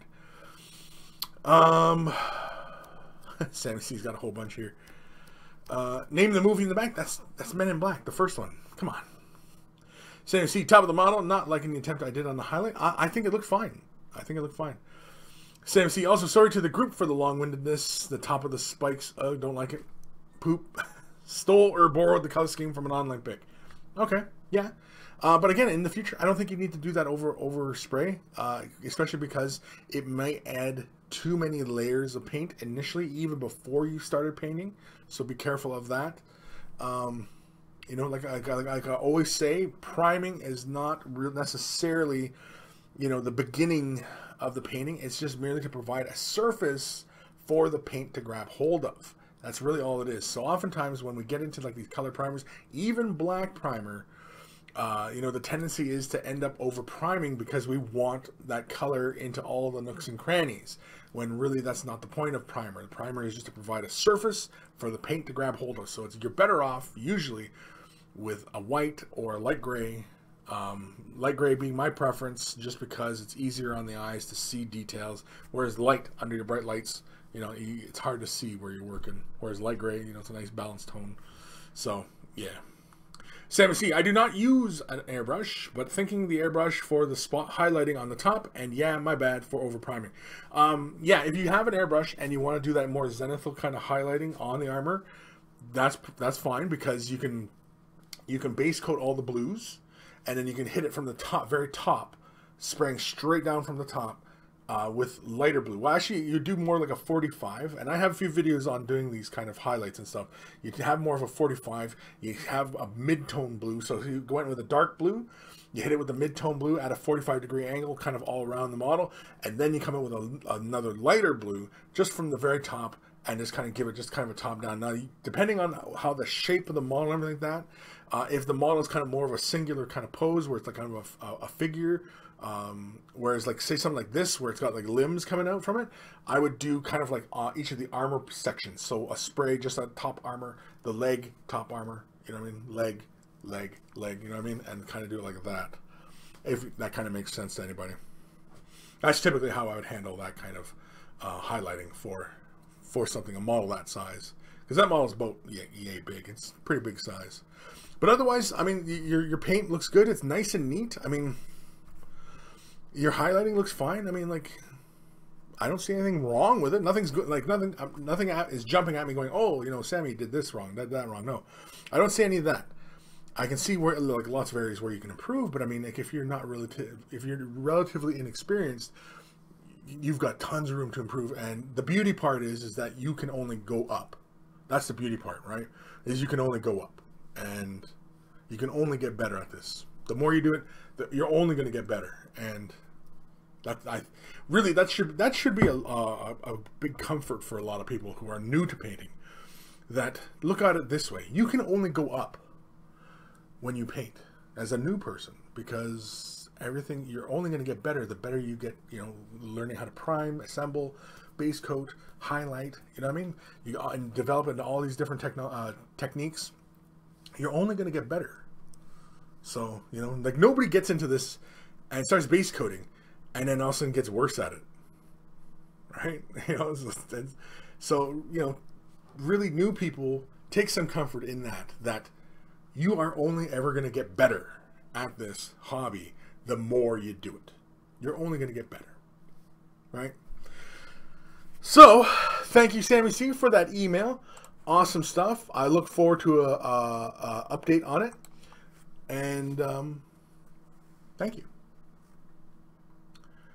Sammy C, and of course the model holder is awesome. The steady hand grip. I mean, it keeps your hand steady. Right? Jameson Kris, my wife bought me a ton of acrylic ink from Hobby Lobby the other day. My question is, how do I incorporate them in my painting? First thing I would do is start using them like glazes.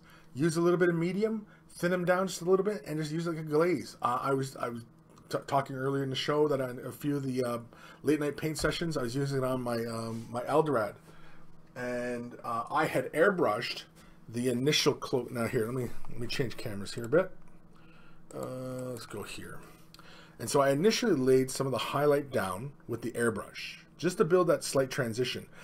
But then I wasn't happy with how kind of pale and even up by the belt line, how dark the overall feeling on the model was. And so I had used this ink. I used Liquitex ink right here. I used Liquitex ink. And you can see it's really quite slishy-ish, sloshy, watery.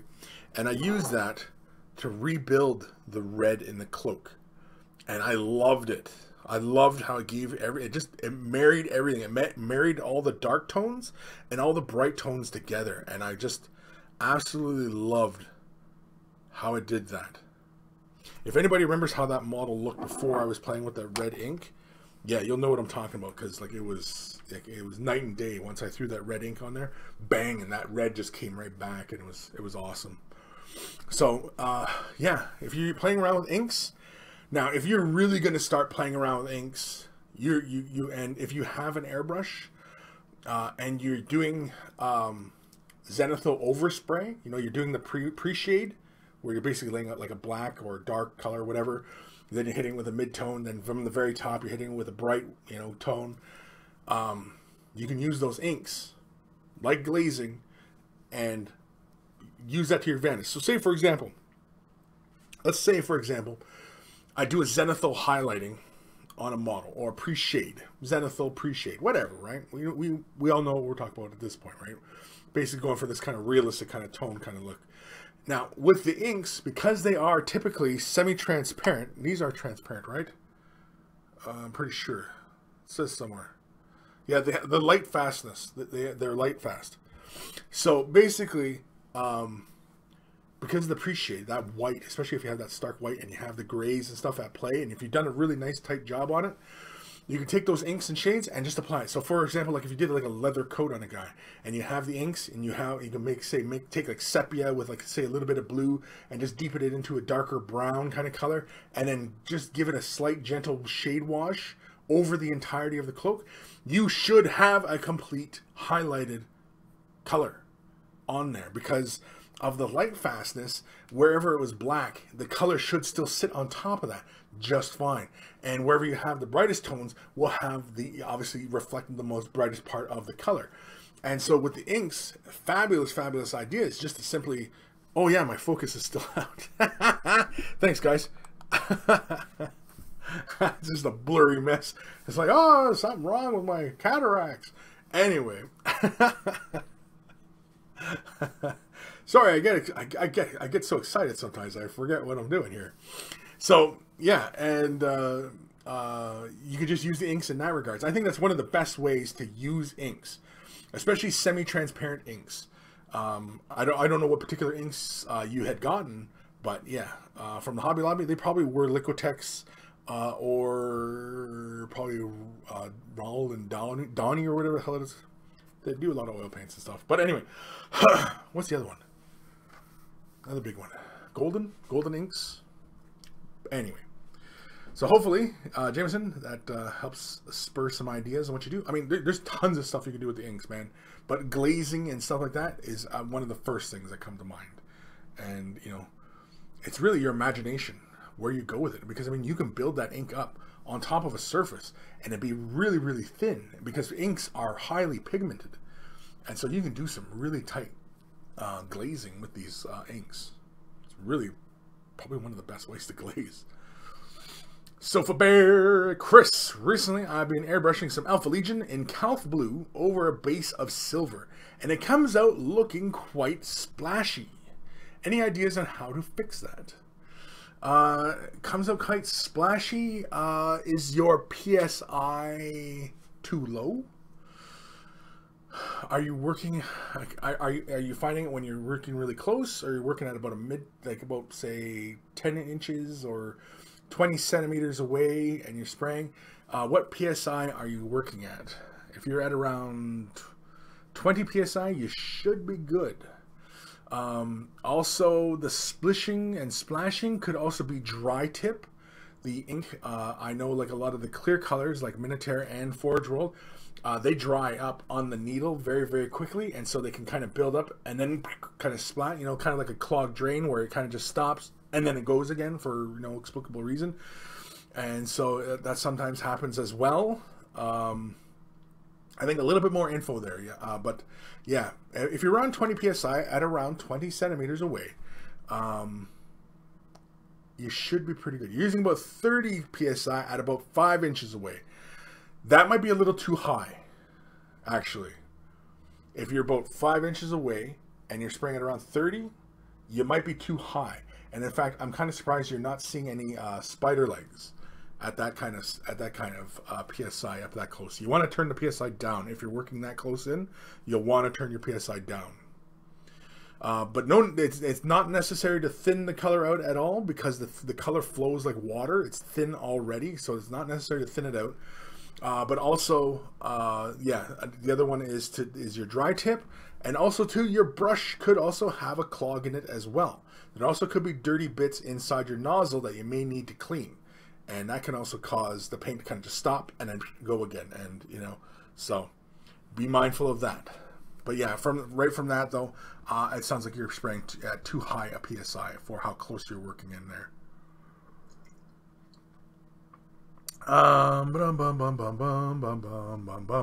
Lazy Monkey Kris. Might want to reset your camera focus. Yes, thank you. John J. Focus is out. Yes, I know. Yes, I know all about the focus. Sofa Bear. Oh, okay. Thanks, Kris. I'll try it around 20 psi then and see how it goes. Yeah, when you're working in really close like that, you want to go less than 20 typically. But if you're just laying that clear color down and you're typically kind of just working this close in, yeah, 20 psi should be okay. If you still find that it's kind of like you can kind of see the paint moving under the air pressure, you got to turn that air pressure down more or move the brush away, right? Easy fix for that. Like if it's too high, just come back and cover it. Especially if you're only like laying out a base tone or you're just laying the silver and then just covering the silver. Yeah, you don't need to be super hyper precise or anything like that. You can just pretty much give a fairly uniform spray. Don't try and lay all the color down at once. Give a couple of quite quick little layers. Do another model. Couple quick little layers, couple quick layers, and then come back. And if it's not deep enough, then you come back in at it again. And you know what I mean? So airbrushing, it is about building up and building up. You don't ever want to lay too heavily because then you end up with this kind of, you know, the airflow will mess and create spider legging, and it's a huge mess, and you know you don't want it. And it'll make you hate painting, and you're not supposed to hate painting. You're supposed to love it. You're supposed to enjoy it and embrace it and feel good from it, and other things and other words and other inspirational topics. I don't know. I've got nothing. Let's do another email. You guys ready? Headphones. Email time. Email time.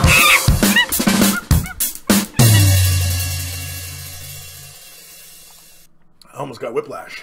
Anyway. This is from Pink Master. What is the best way to make good transition between two colors? Two different colors. The best way to make a good transition between two different colors. That's subjective. Okay, the best way is obviously very carefully the colors that are going to work together. Oftentimes, going from a dark tone to a mid-tone will create a really nice transition, or mid-tone to a brighter tone will create a good transition. Going from a really dark to a really bright is not going to give you a lot of the in-betweens that you're looking for.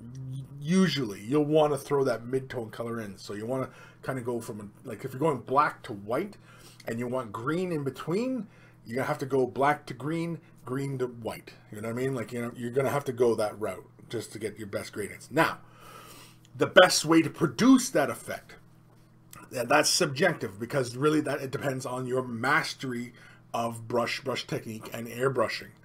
Airbrushing tends to be the fastest and the easiest way of doing it, but only after a certain level of control and knowledge of how PSI, thinning of color, position, when you've got a good handle on all those areas on airbrushing, does something like creating those light gradients like that become quite easy and fast.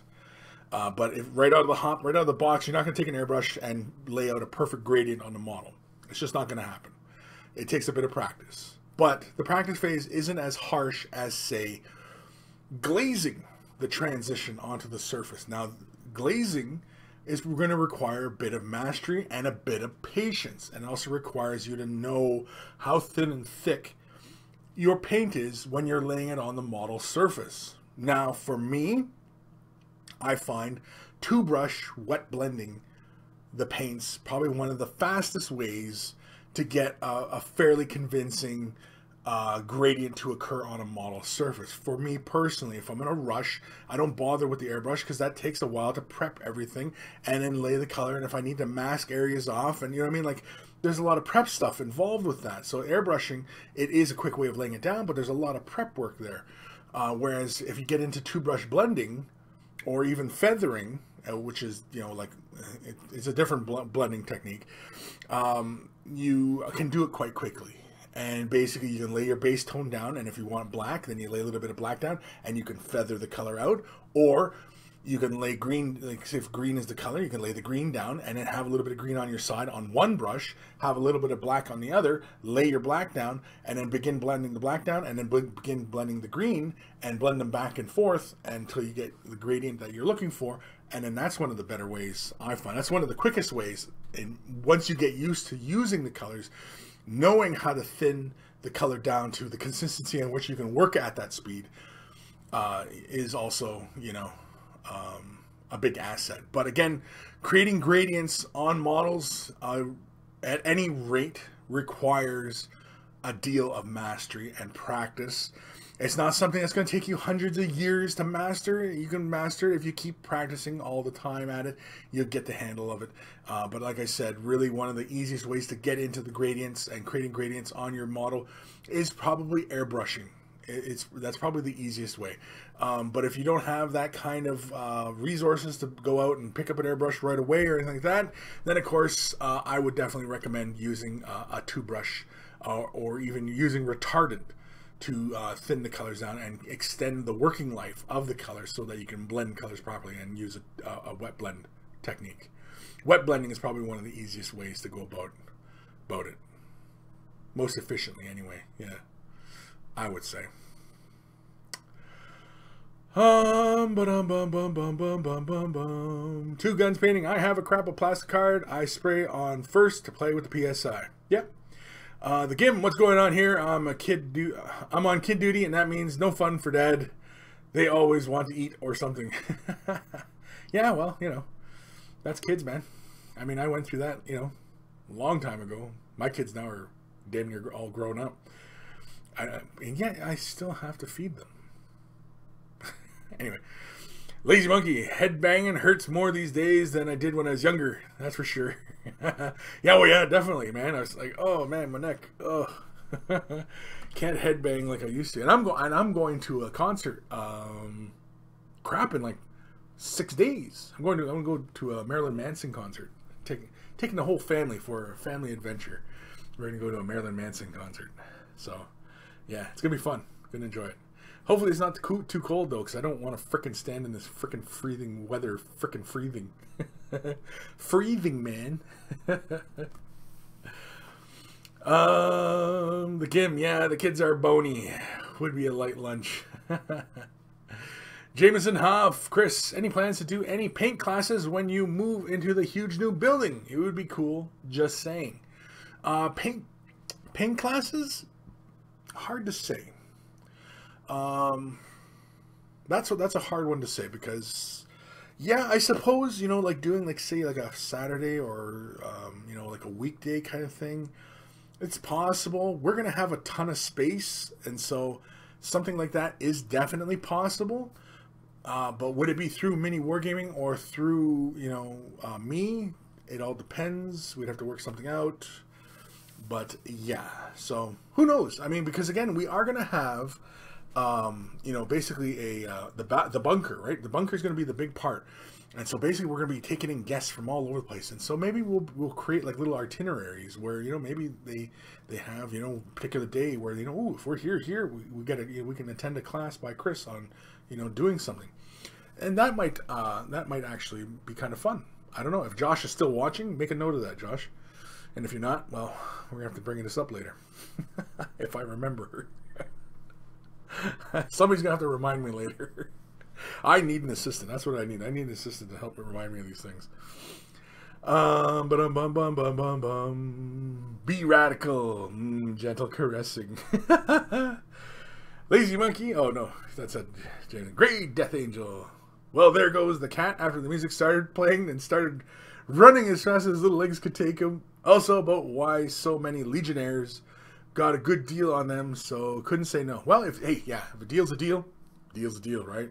I mean, I'm a big sucker for a deal as well. I mean, like, you know, if I'm looking for something and it's like, well, you know, we're only offering, you know, 3 more for, you know, 25% off or 50% off. I was like, well, yeah. I mean, do I really need them? No, but deal's a deal. All right, give them, you know, give them here. I like deals. I'm a big sucker for deals.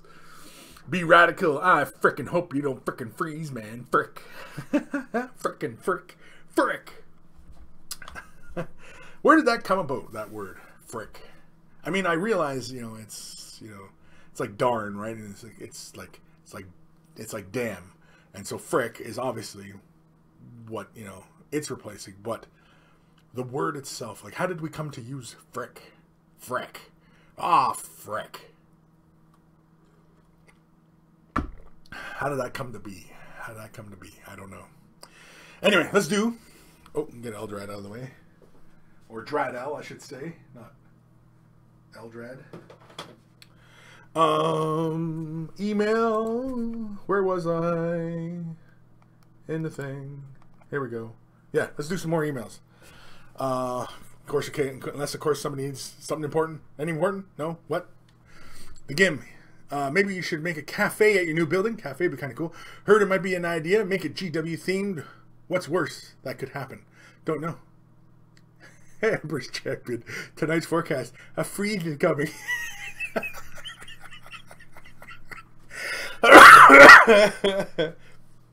It's going to be freezing. Anyway, let's do another email. This is from Rasmus Sorensen. Rasmus? Yeah, anyway, Rasmus.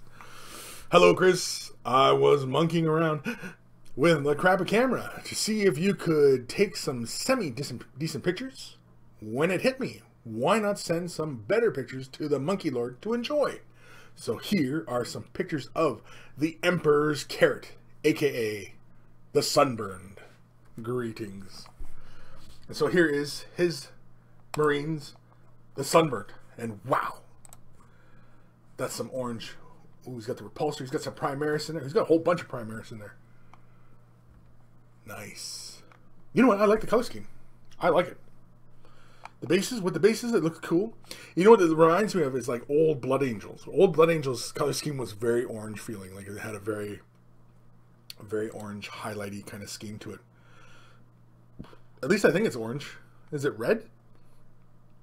Is it like a bright red? Is it like Mephiston, or not Mephiston, Wild Rider red? Or is it orange? Is it Troll Slayer orange? I can't tell. Hard to say. Either way, nice and clean. Nice transfers. Nice work on the transfers. It's like right off the assembly line. Very cool. Again, nice and clean, nice and flat. Colors layer nice and flat. You got a little bit of edge highlighting going on. I like that. You know, nothing wrong there. Primaris duders, all looking like they just walked right out of the factory line. Which Primaris probably would look, because, you know, they're brand new duders, right? I can't remember what this thing's called. Storm Talon? Raven? No, not Raven. Talon? Is it the Talon? I can't remember what it's called. Either way, I like this one. This one's pretty cool. Nice and clean. Nice clean edges. Nice and defined. Look at the bright highlights and stuff. Like, let's zoom in a bit here. Like, look, he's got just a nice sharp edge highlight on everything.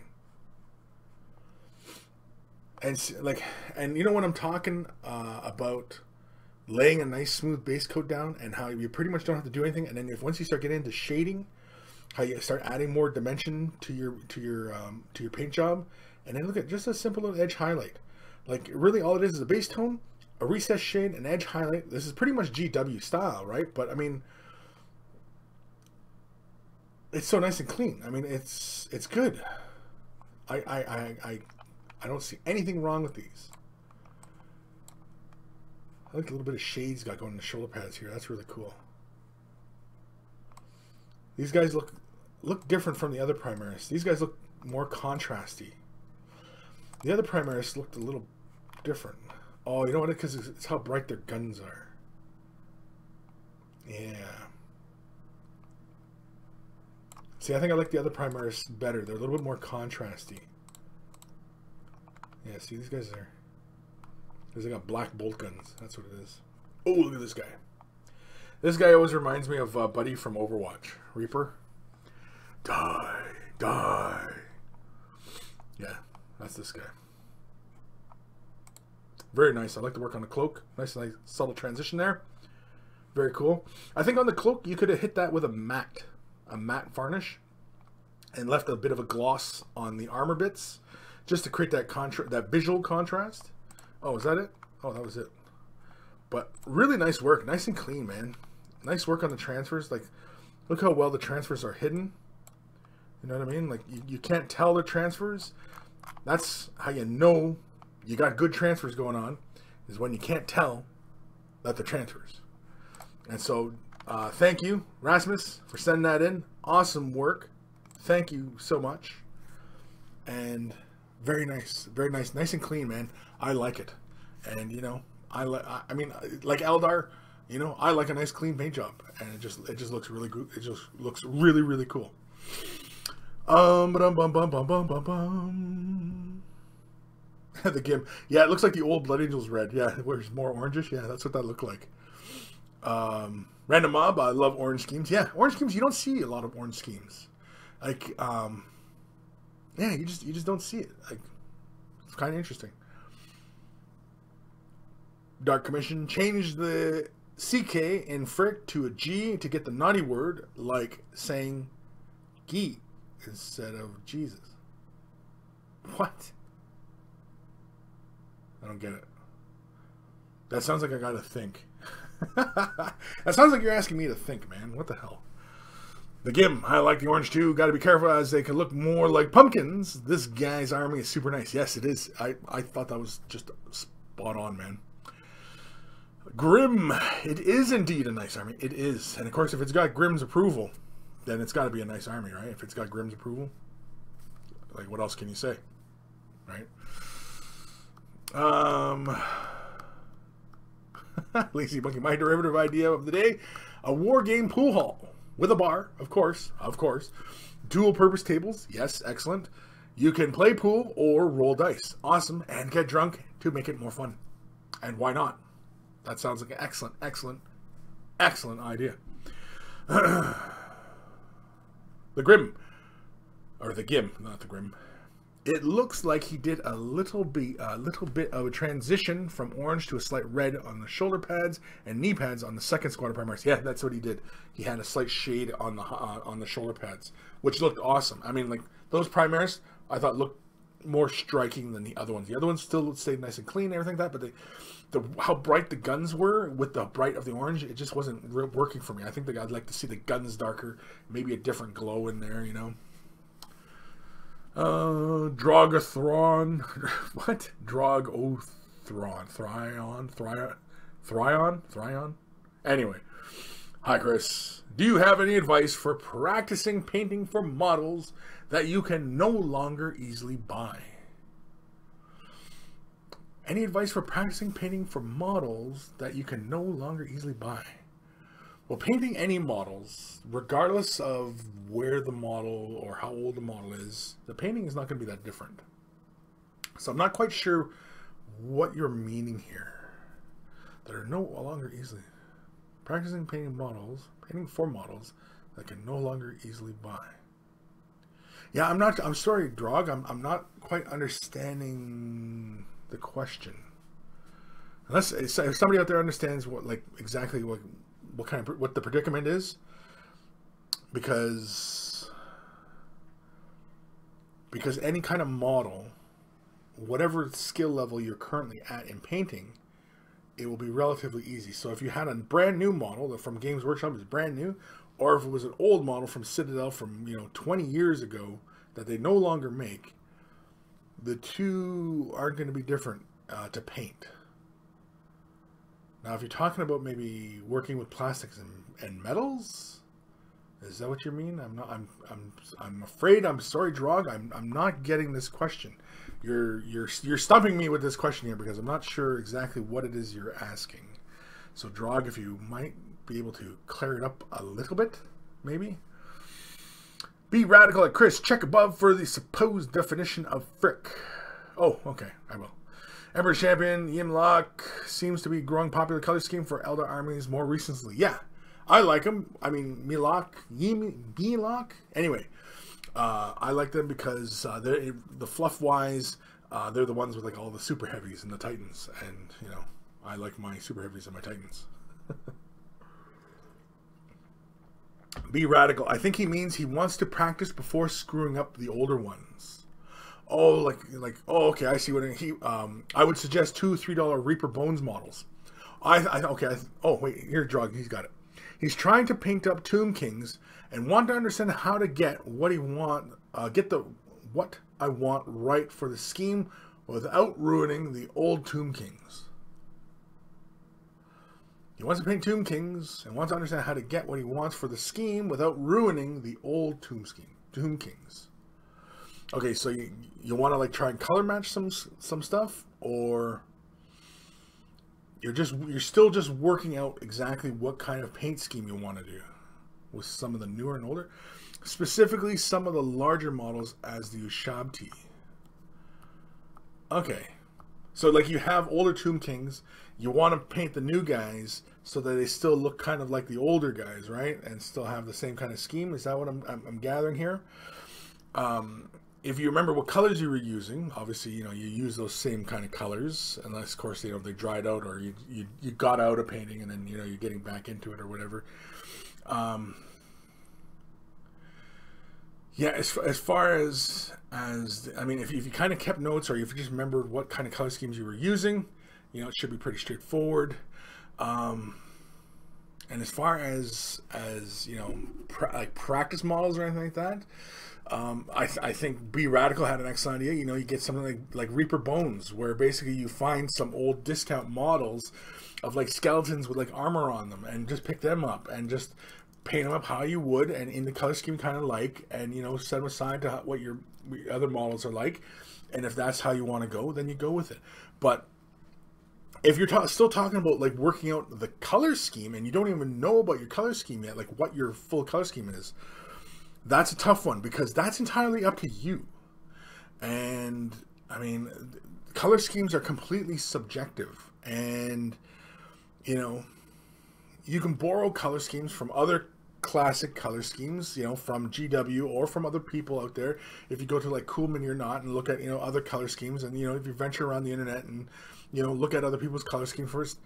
Or you could also take your inspiration from, you know, not even from previous color schemes. You could get it from a movie, you know, like a Star Wars or Star Trek, or fantasy movies, you know, Clash of the Titans, and, you know what I mean, like, you could borrow from there and do a color scheme like that. And, you know what I mean, so, like, again, coming up with the color scheme, that's entirely up to you. I mean, like, man, I mean, there's a bazillion, like, it's limitless as to where you can go. And I think what might be the problem is you might be overthinking your color scheme. Now, if you keep your colors somewhat, like if you're doing Ushabti bone, which is a bone color for the bones, pretty obvious, right? But I mean, it's not necessarily, because you could always go with grays and make the bones gray colored. Nothing wrong with that. And say if you go with the bone color and went with, you know, darker armor, you go with armor with a texture on it, make it look like armor with marble, or, you know, you can make it look like metal, you can make it look like bone. I mean, like, there's so many different directions you can go, man. And if that's the case of where you want to go with it, then you're gonna have to find some inspiration as to what kind of colors you would see or you would like to see for your army. And if you want it to be different from what you've already seen out there, then, you know, you're gonna have to give it some real thought. And like I said, like if you're not happy with what you see from Games Workshop, and you've looked the internet and seen other people's examples of Tomb Kings, and you're like, I don't want to do any of those, then you got to start going outside the box and maybe look at movies and books, and, you know what I mean, and, you know, comic books, and, you know what I mean, like, and find inspiration somewhere else as far as what colors you like and what you could see on that model, you know. Drog, thank you. The idea on the cheaper model sounds quite helpful. Sorry, my question was not very straightforward. No, that's fine. I just wasn't sure exactly what it was you were looking for help on. But I think that if the cheaper models thing, where you can kind of practice out a few things, if that was if that's what you needed help on, awesome. I'm glad that Be Radical had that excellent idea.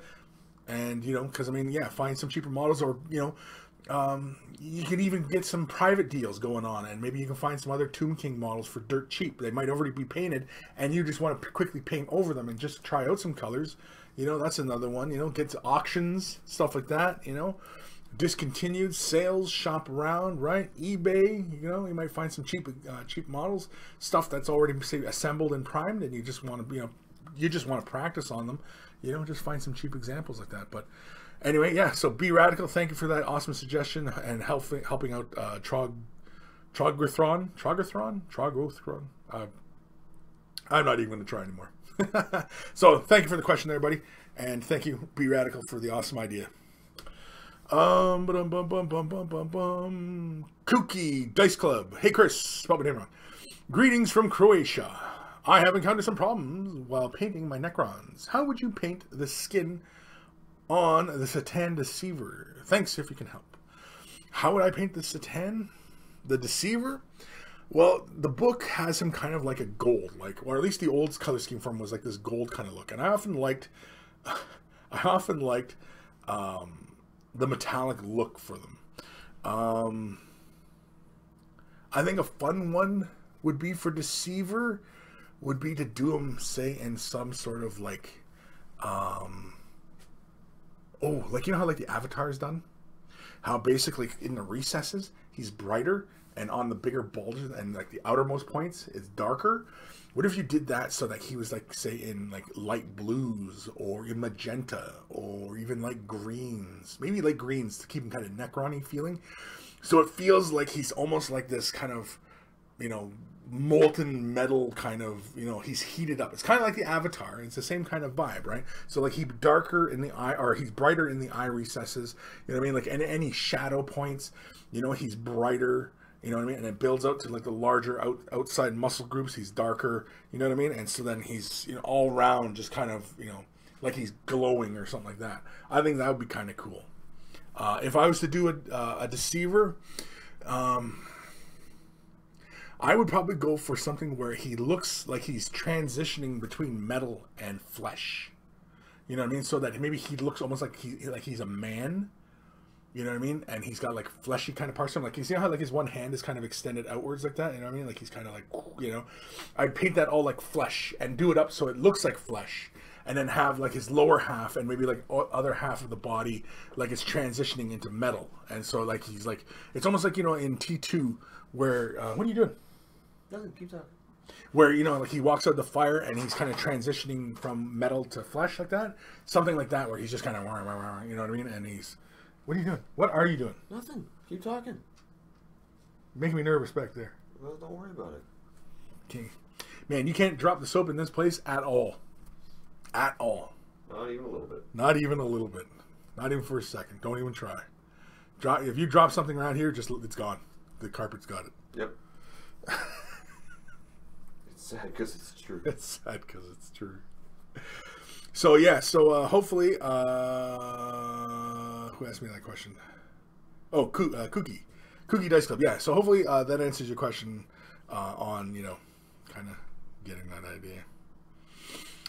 Sammy C, eBay, always good most of the time.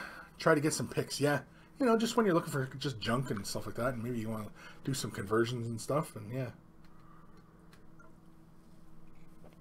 Oh, you're making me nervous back there, man. What are you doing? I am pinning the head so that I can airbrush it. Okay. Right, we had that talk. The Gim. Did Quirk use Old Lady dye on his mohawk? Did you use Old Lady dye on your mohawk? I used Manic Panic, which is apparently semi-permanent, and I was instructed to wash my hair when I want it to come out. I washed my hair multiple times. Still hasn't come out.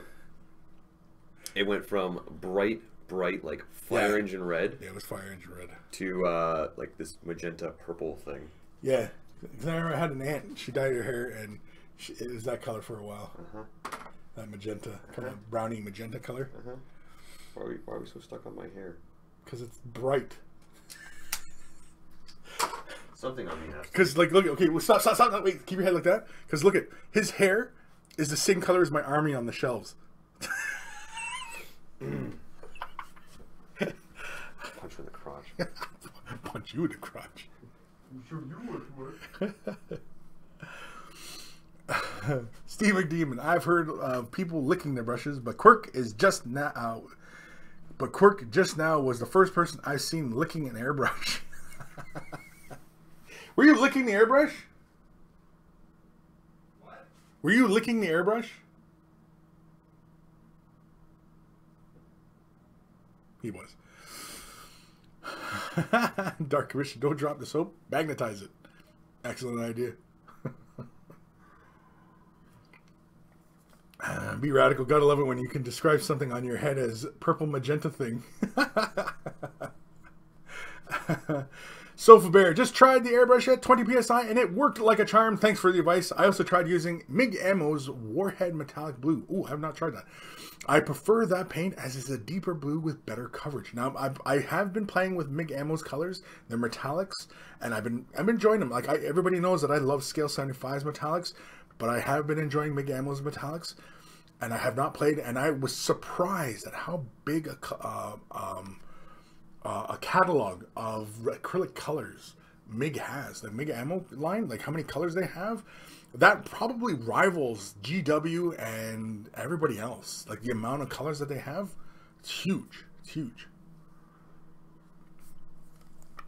The TJ Co. Could you do one last email? Oh, I plan to do another email or two. Yes. Oh, holy crap! It's already 2 o'clock. Okay, well we better quick goof it around. Steve McDemon, haha! How to make Kris paranoid 101. Yes, stand behind me quietly, doing nothing productive, and yeah, you'll get a lot of like, you know, hey, what are you doing back there? You know. Kooky Dice Club. Thanks for the answer, Kris. Is there any way to send you pictures of our armies to get opinions on it? Yes. send it to Kris@miniwargaming.com. It's in the description below. That's my email. Of course, you can always go to waythebrush.com, and my email will be there as well as other links to social media and other stuff like that. So, yeah, feel free. And, of course, feel free to click the newsletter all the way down at the bottom of the site and click the newsletter. And, you know, because I do post blog entries, which is different from my other blog. But I haven't done my blog in a bit, but maybe I should do an intro today or something. But anyway, yes, let's do another email. Let's do one more. Email time. Email time.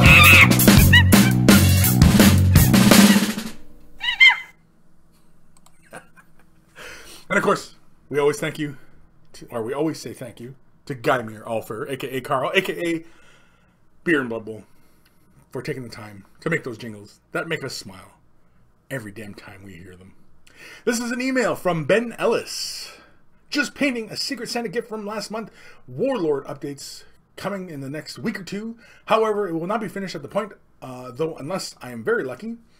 As a Space Wolf player, I feel very unclean now. And as you can kind of see, it's kind of a chaosy Zinch looking thing.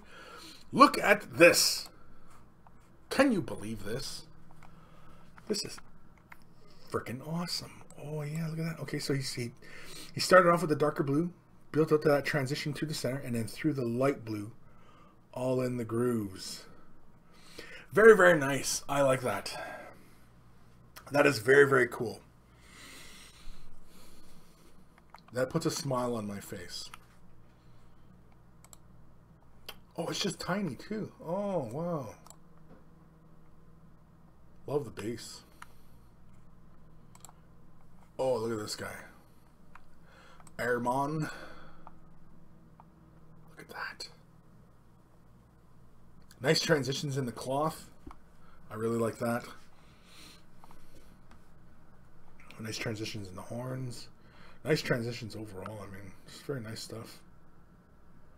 Nice details in the spiky bits. Oh, excuse me. I like. Very nice.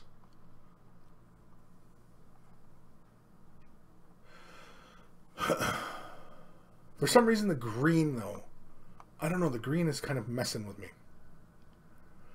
I don't know if it needs the green. If you catch what I mean. I don't know if it needs the green. Like, you got the little hints of green stuff and everything. I think it...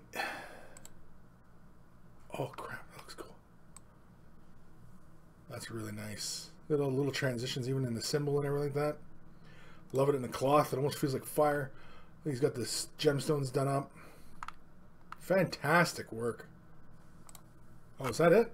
Damn. Yeah, back to this picture here real quick. The green's messing with me. I realize you have a touch of, but see, it's a kind of a muted green here. And I'm wondering if maybe we could have had a muted green here. Because the green is kind of messing with me, with my eye. Because you have this really fantastic blue-orange vibe going on, which contrasts really nicely. And you have these more neutral elements like the gold and the browns. But you have the very hint of greens here. But I think this green is unnecessary. And I think you could have maybe desaturated like you did for the spikies here or something like that. Just a thought. I don't know. Because the green is messing with me. But very awesome stuff. Thank you, Ben, for sending that in.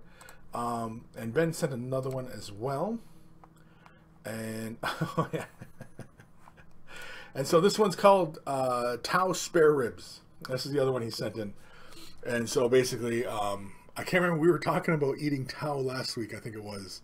And yeah, it's I don't know. We were off on a tangent anyway last week. I don't know how we do it, but we do it some days.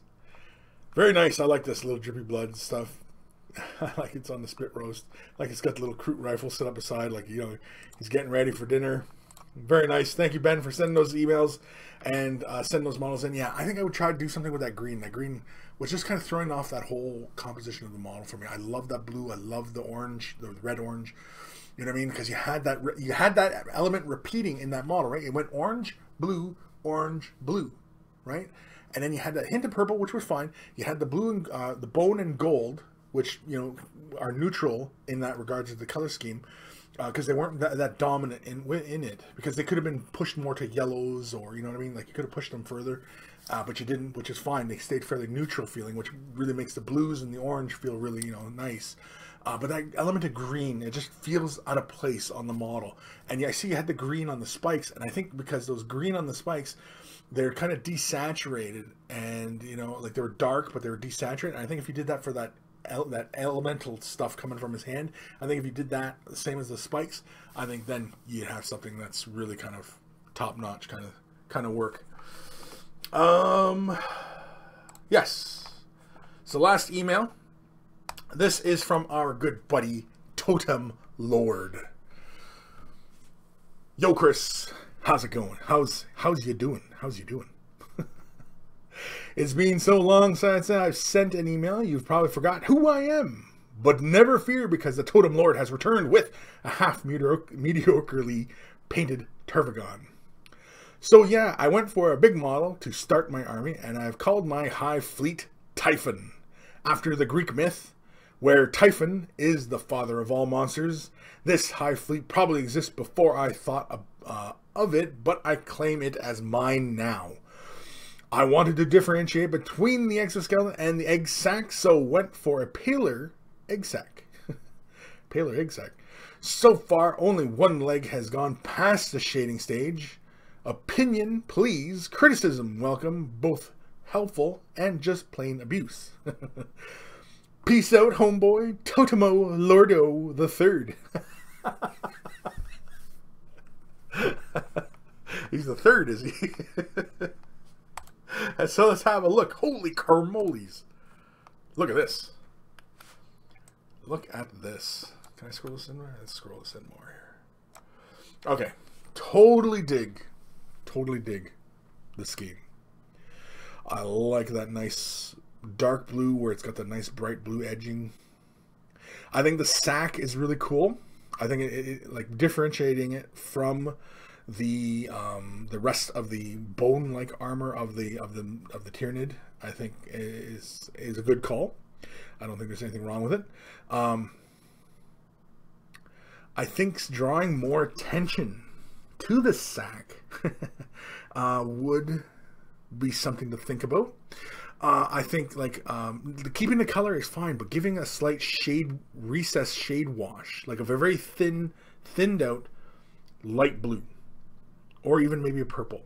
No, I think a light blue, just to keep with the blues. I think just a very thin light blue, just in the recess, just like in those little creases, just a little bit, not very much, or even up near where it looks like it connects up to the body. Those kinds of things, I think would look cool. Even like with little blue veins, or even picking out the veins in a very pale blue, I think would be very cool. Yeah. But I like the color scheme. That's very cool. I love that almost electric blue. It looks very, very cool. Scary.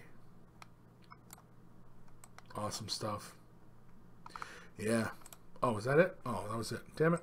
So thank you, Totem Lord, for sending that in. Yeah, I think something in the sack. I think something in the sack anyway, and I think like a little hint of blue in those recesses, or picking up the little veins in the blue. I think would be really cool. I think would tie the blue across the model very nicely. I think that'd be very, very cool. So thank you for sending that in. Awesome stuff.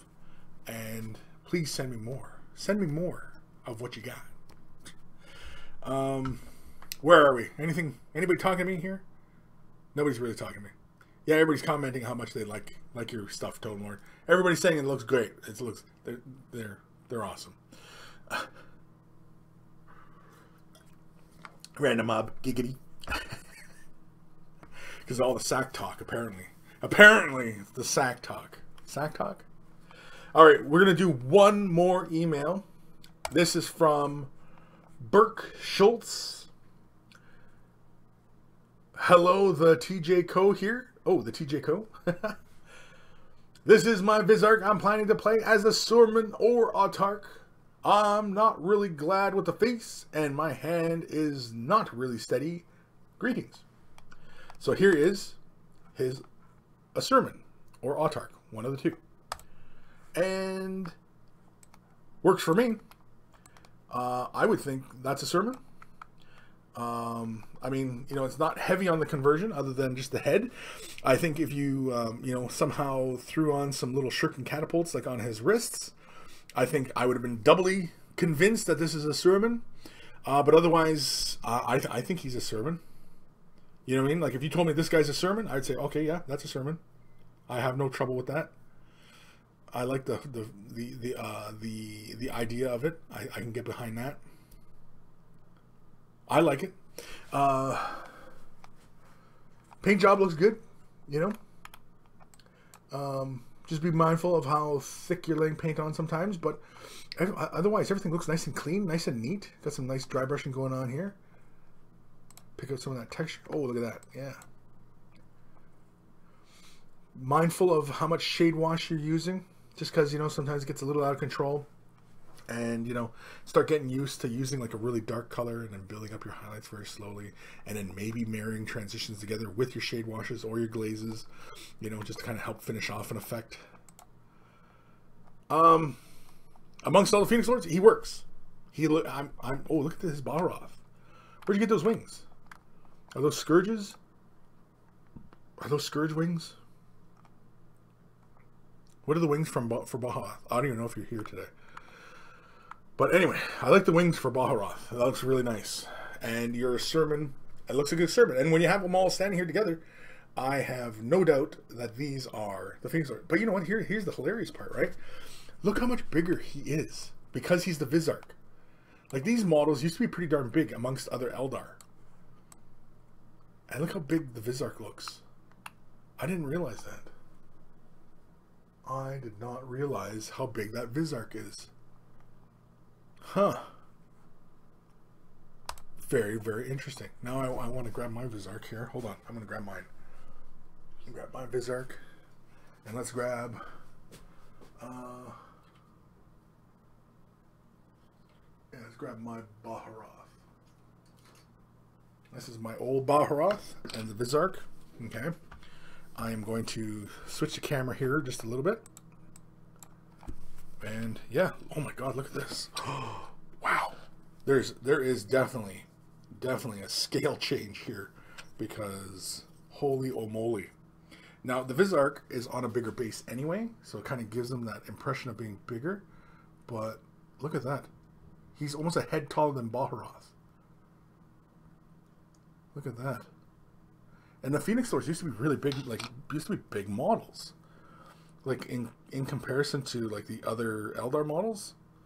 Yeah, but yeah, that's my Baharoth right there. If I could go back and paint him, I probably would. Maybe. Probably.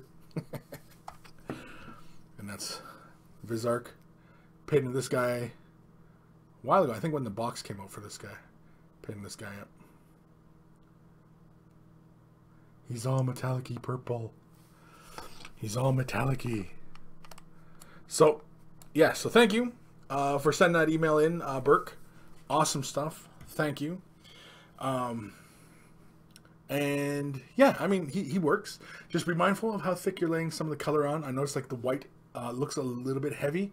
You might want to start off with, say, like a darker gray, like Celestra gray, to lay that in and then put the white in.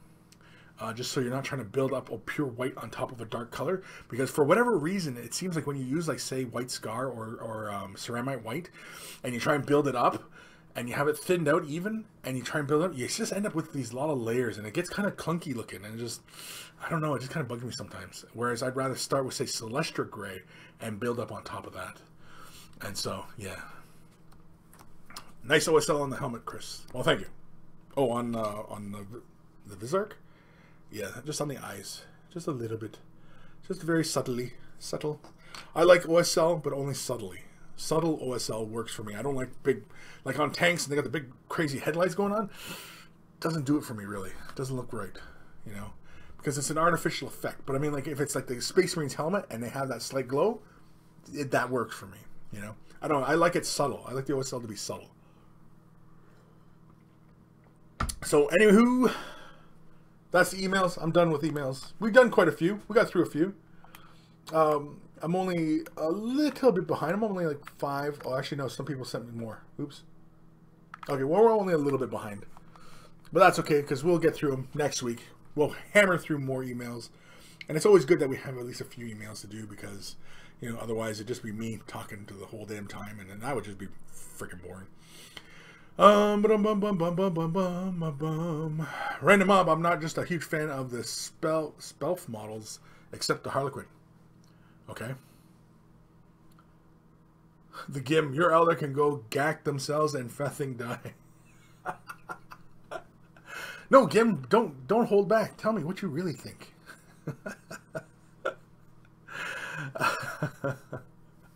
Yeah, Total Lord, we just did your email, but that's okay, because you can always catch it. But it's near the end. It's near the end of the show, so you don't have to... I mean, you might want to go back and watch the whole show, but either way. So, if you're a commission painting service, or you're brand new to the hobby and you want some questions answered, you know, or you want to drum up some extra exposure, or you want some help on the color scheme, or anything at all, send your questions and emails to Kris@miniwargaming.com. Of course, if you're sending pictures, send them as attachments in the email. Don't send it off as links to anything else. It just annoys me. If it's attachments within the email, it works out just fine, and everything works fine, and everything's good. So again, if you're sending pictures, send it as attachment. And of course, for all the monkeys out there who bought Way of the Brush t-shirts, please send me pictures of yourselves in your t-shirts so I can put it in the monkey shrine on wayofthebrush.com. And of course, for everybody else out there, go to wayofthebrush.com, because that is the hub of all of this, where I post announcements and what I'm working on, and of course the monkey shrine, because the monkey shrine is basically where everybody can go look at themselves and go, ooh, that's me. I'm on the internet, and I'm wearing a shirt that makes me look like somebody important. Because I mean, you look like somebody who knows your stuff when you're wearing a Way of the Brush shirt. I can't help it. I don't know why it is. It's kind of like like when you put a pair of glasses on somebody and all of a sudden they look smarter. You know what I mean? Like you can have anybody, and then you put a pair of glasses on them and they look smarter for some reason, right? Well, when you put a Way of the Brush shirt on, that's exactly what happens. You look like somebody who knows what they're talking about. All of a sudden, they go, hey, he's wearing Way of the Brush shirt. He's probably helpful. He's a monkey. I know he's a monkey. He's helpful. I'm going to go talk to him. You know what I mean? So that's what it's all about. And of course, I want to thank everybody. I want to thank my patrons for their support. They've been fantastic. They help make all these improvements I've been making the last year or so, last couple months really, since I've been doing the Patreon. And so yeah, so if you go to wayofthebrush.com, there's a link for the Patreon if you want to help support.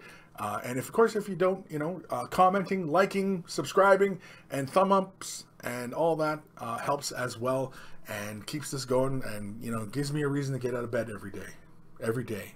And I only do this once a day, once a week, I should say. But I think, like, when I get up on Mondays and I think, why am I getting out of bed today? Because I'm going to do Way of the Brush this week. That's right. I'm going to do I'll do it one more time for the people because they want it. And then I get up Wednesday and it's like, oh, why am I getting up today? It's like, oh yeah, they want Way of the Brush. I'm going to do it today. Or Saturday. Yeah. I'll get it done. I'll do it. I'll keep soldiering forward and keep answering their questions. And, because of their support and their love, and so I will do it, and I will keep going forward. And yeah, so I don't know how much more BS I've got in me, so take care of your brushes, they'll take care of you, and I will see you guys next week on another exciting episode of Way of the Brush. Actually, I don't know how exciting it's going to be, but I don't know.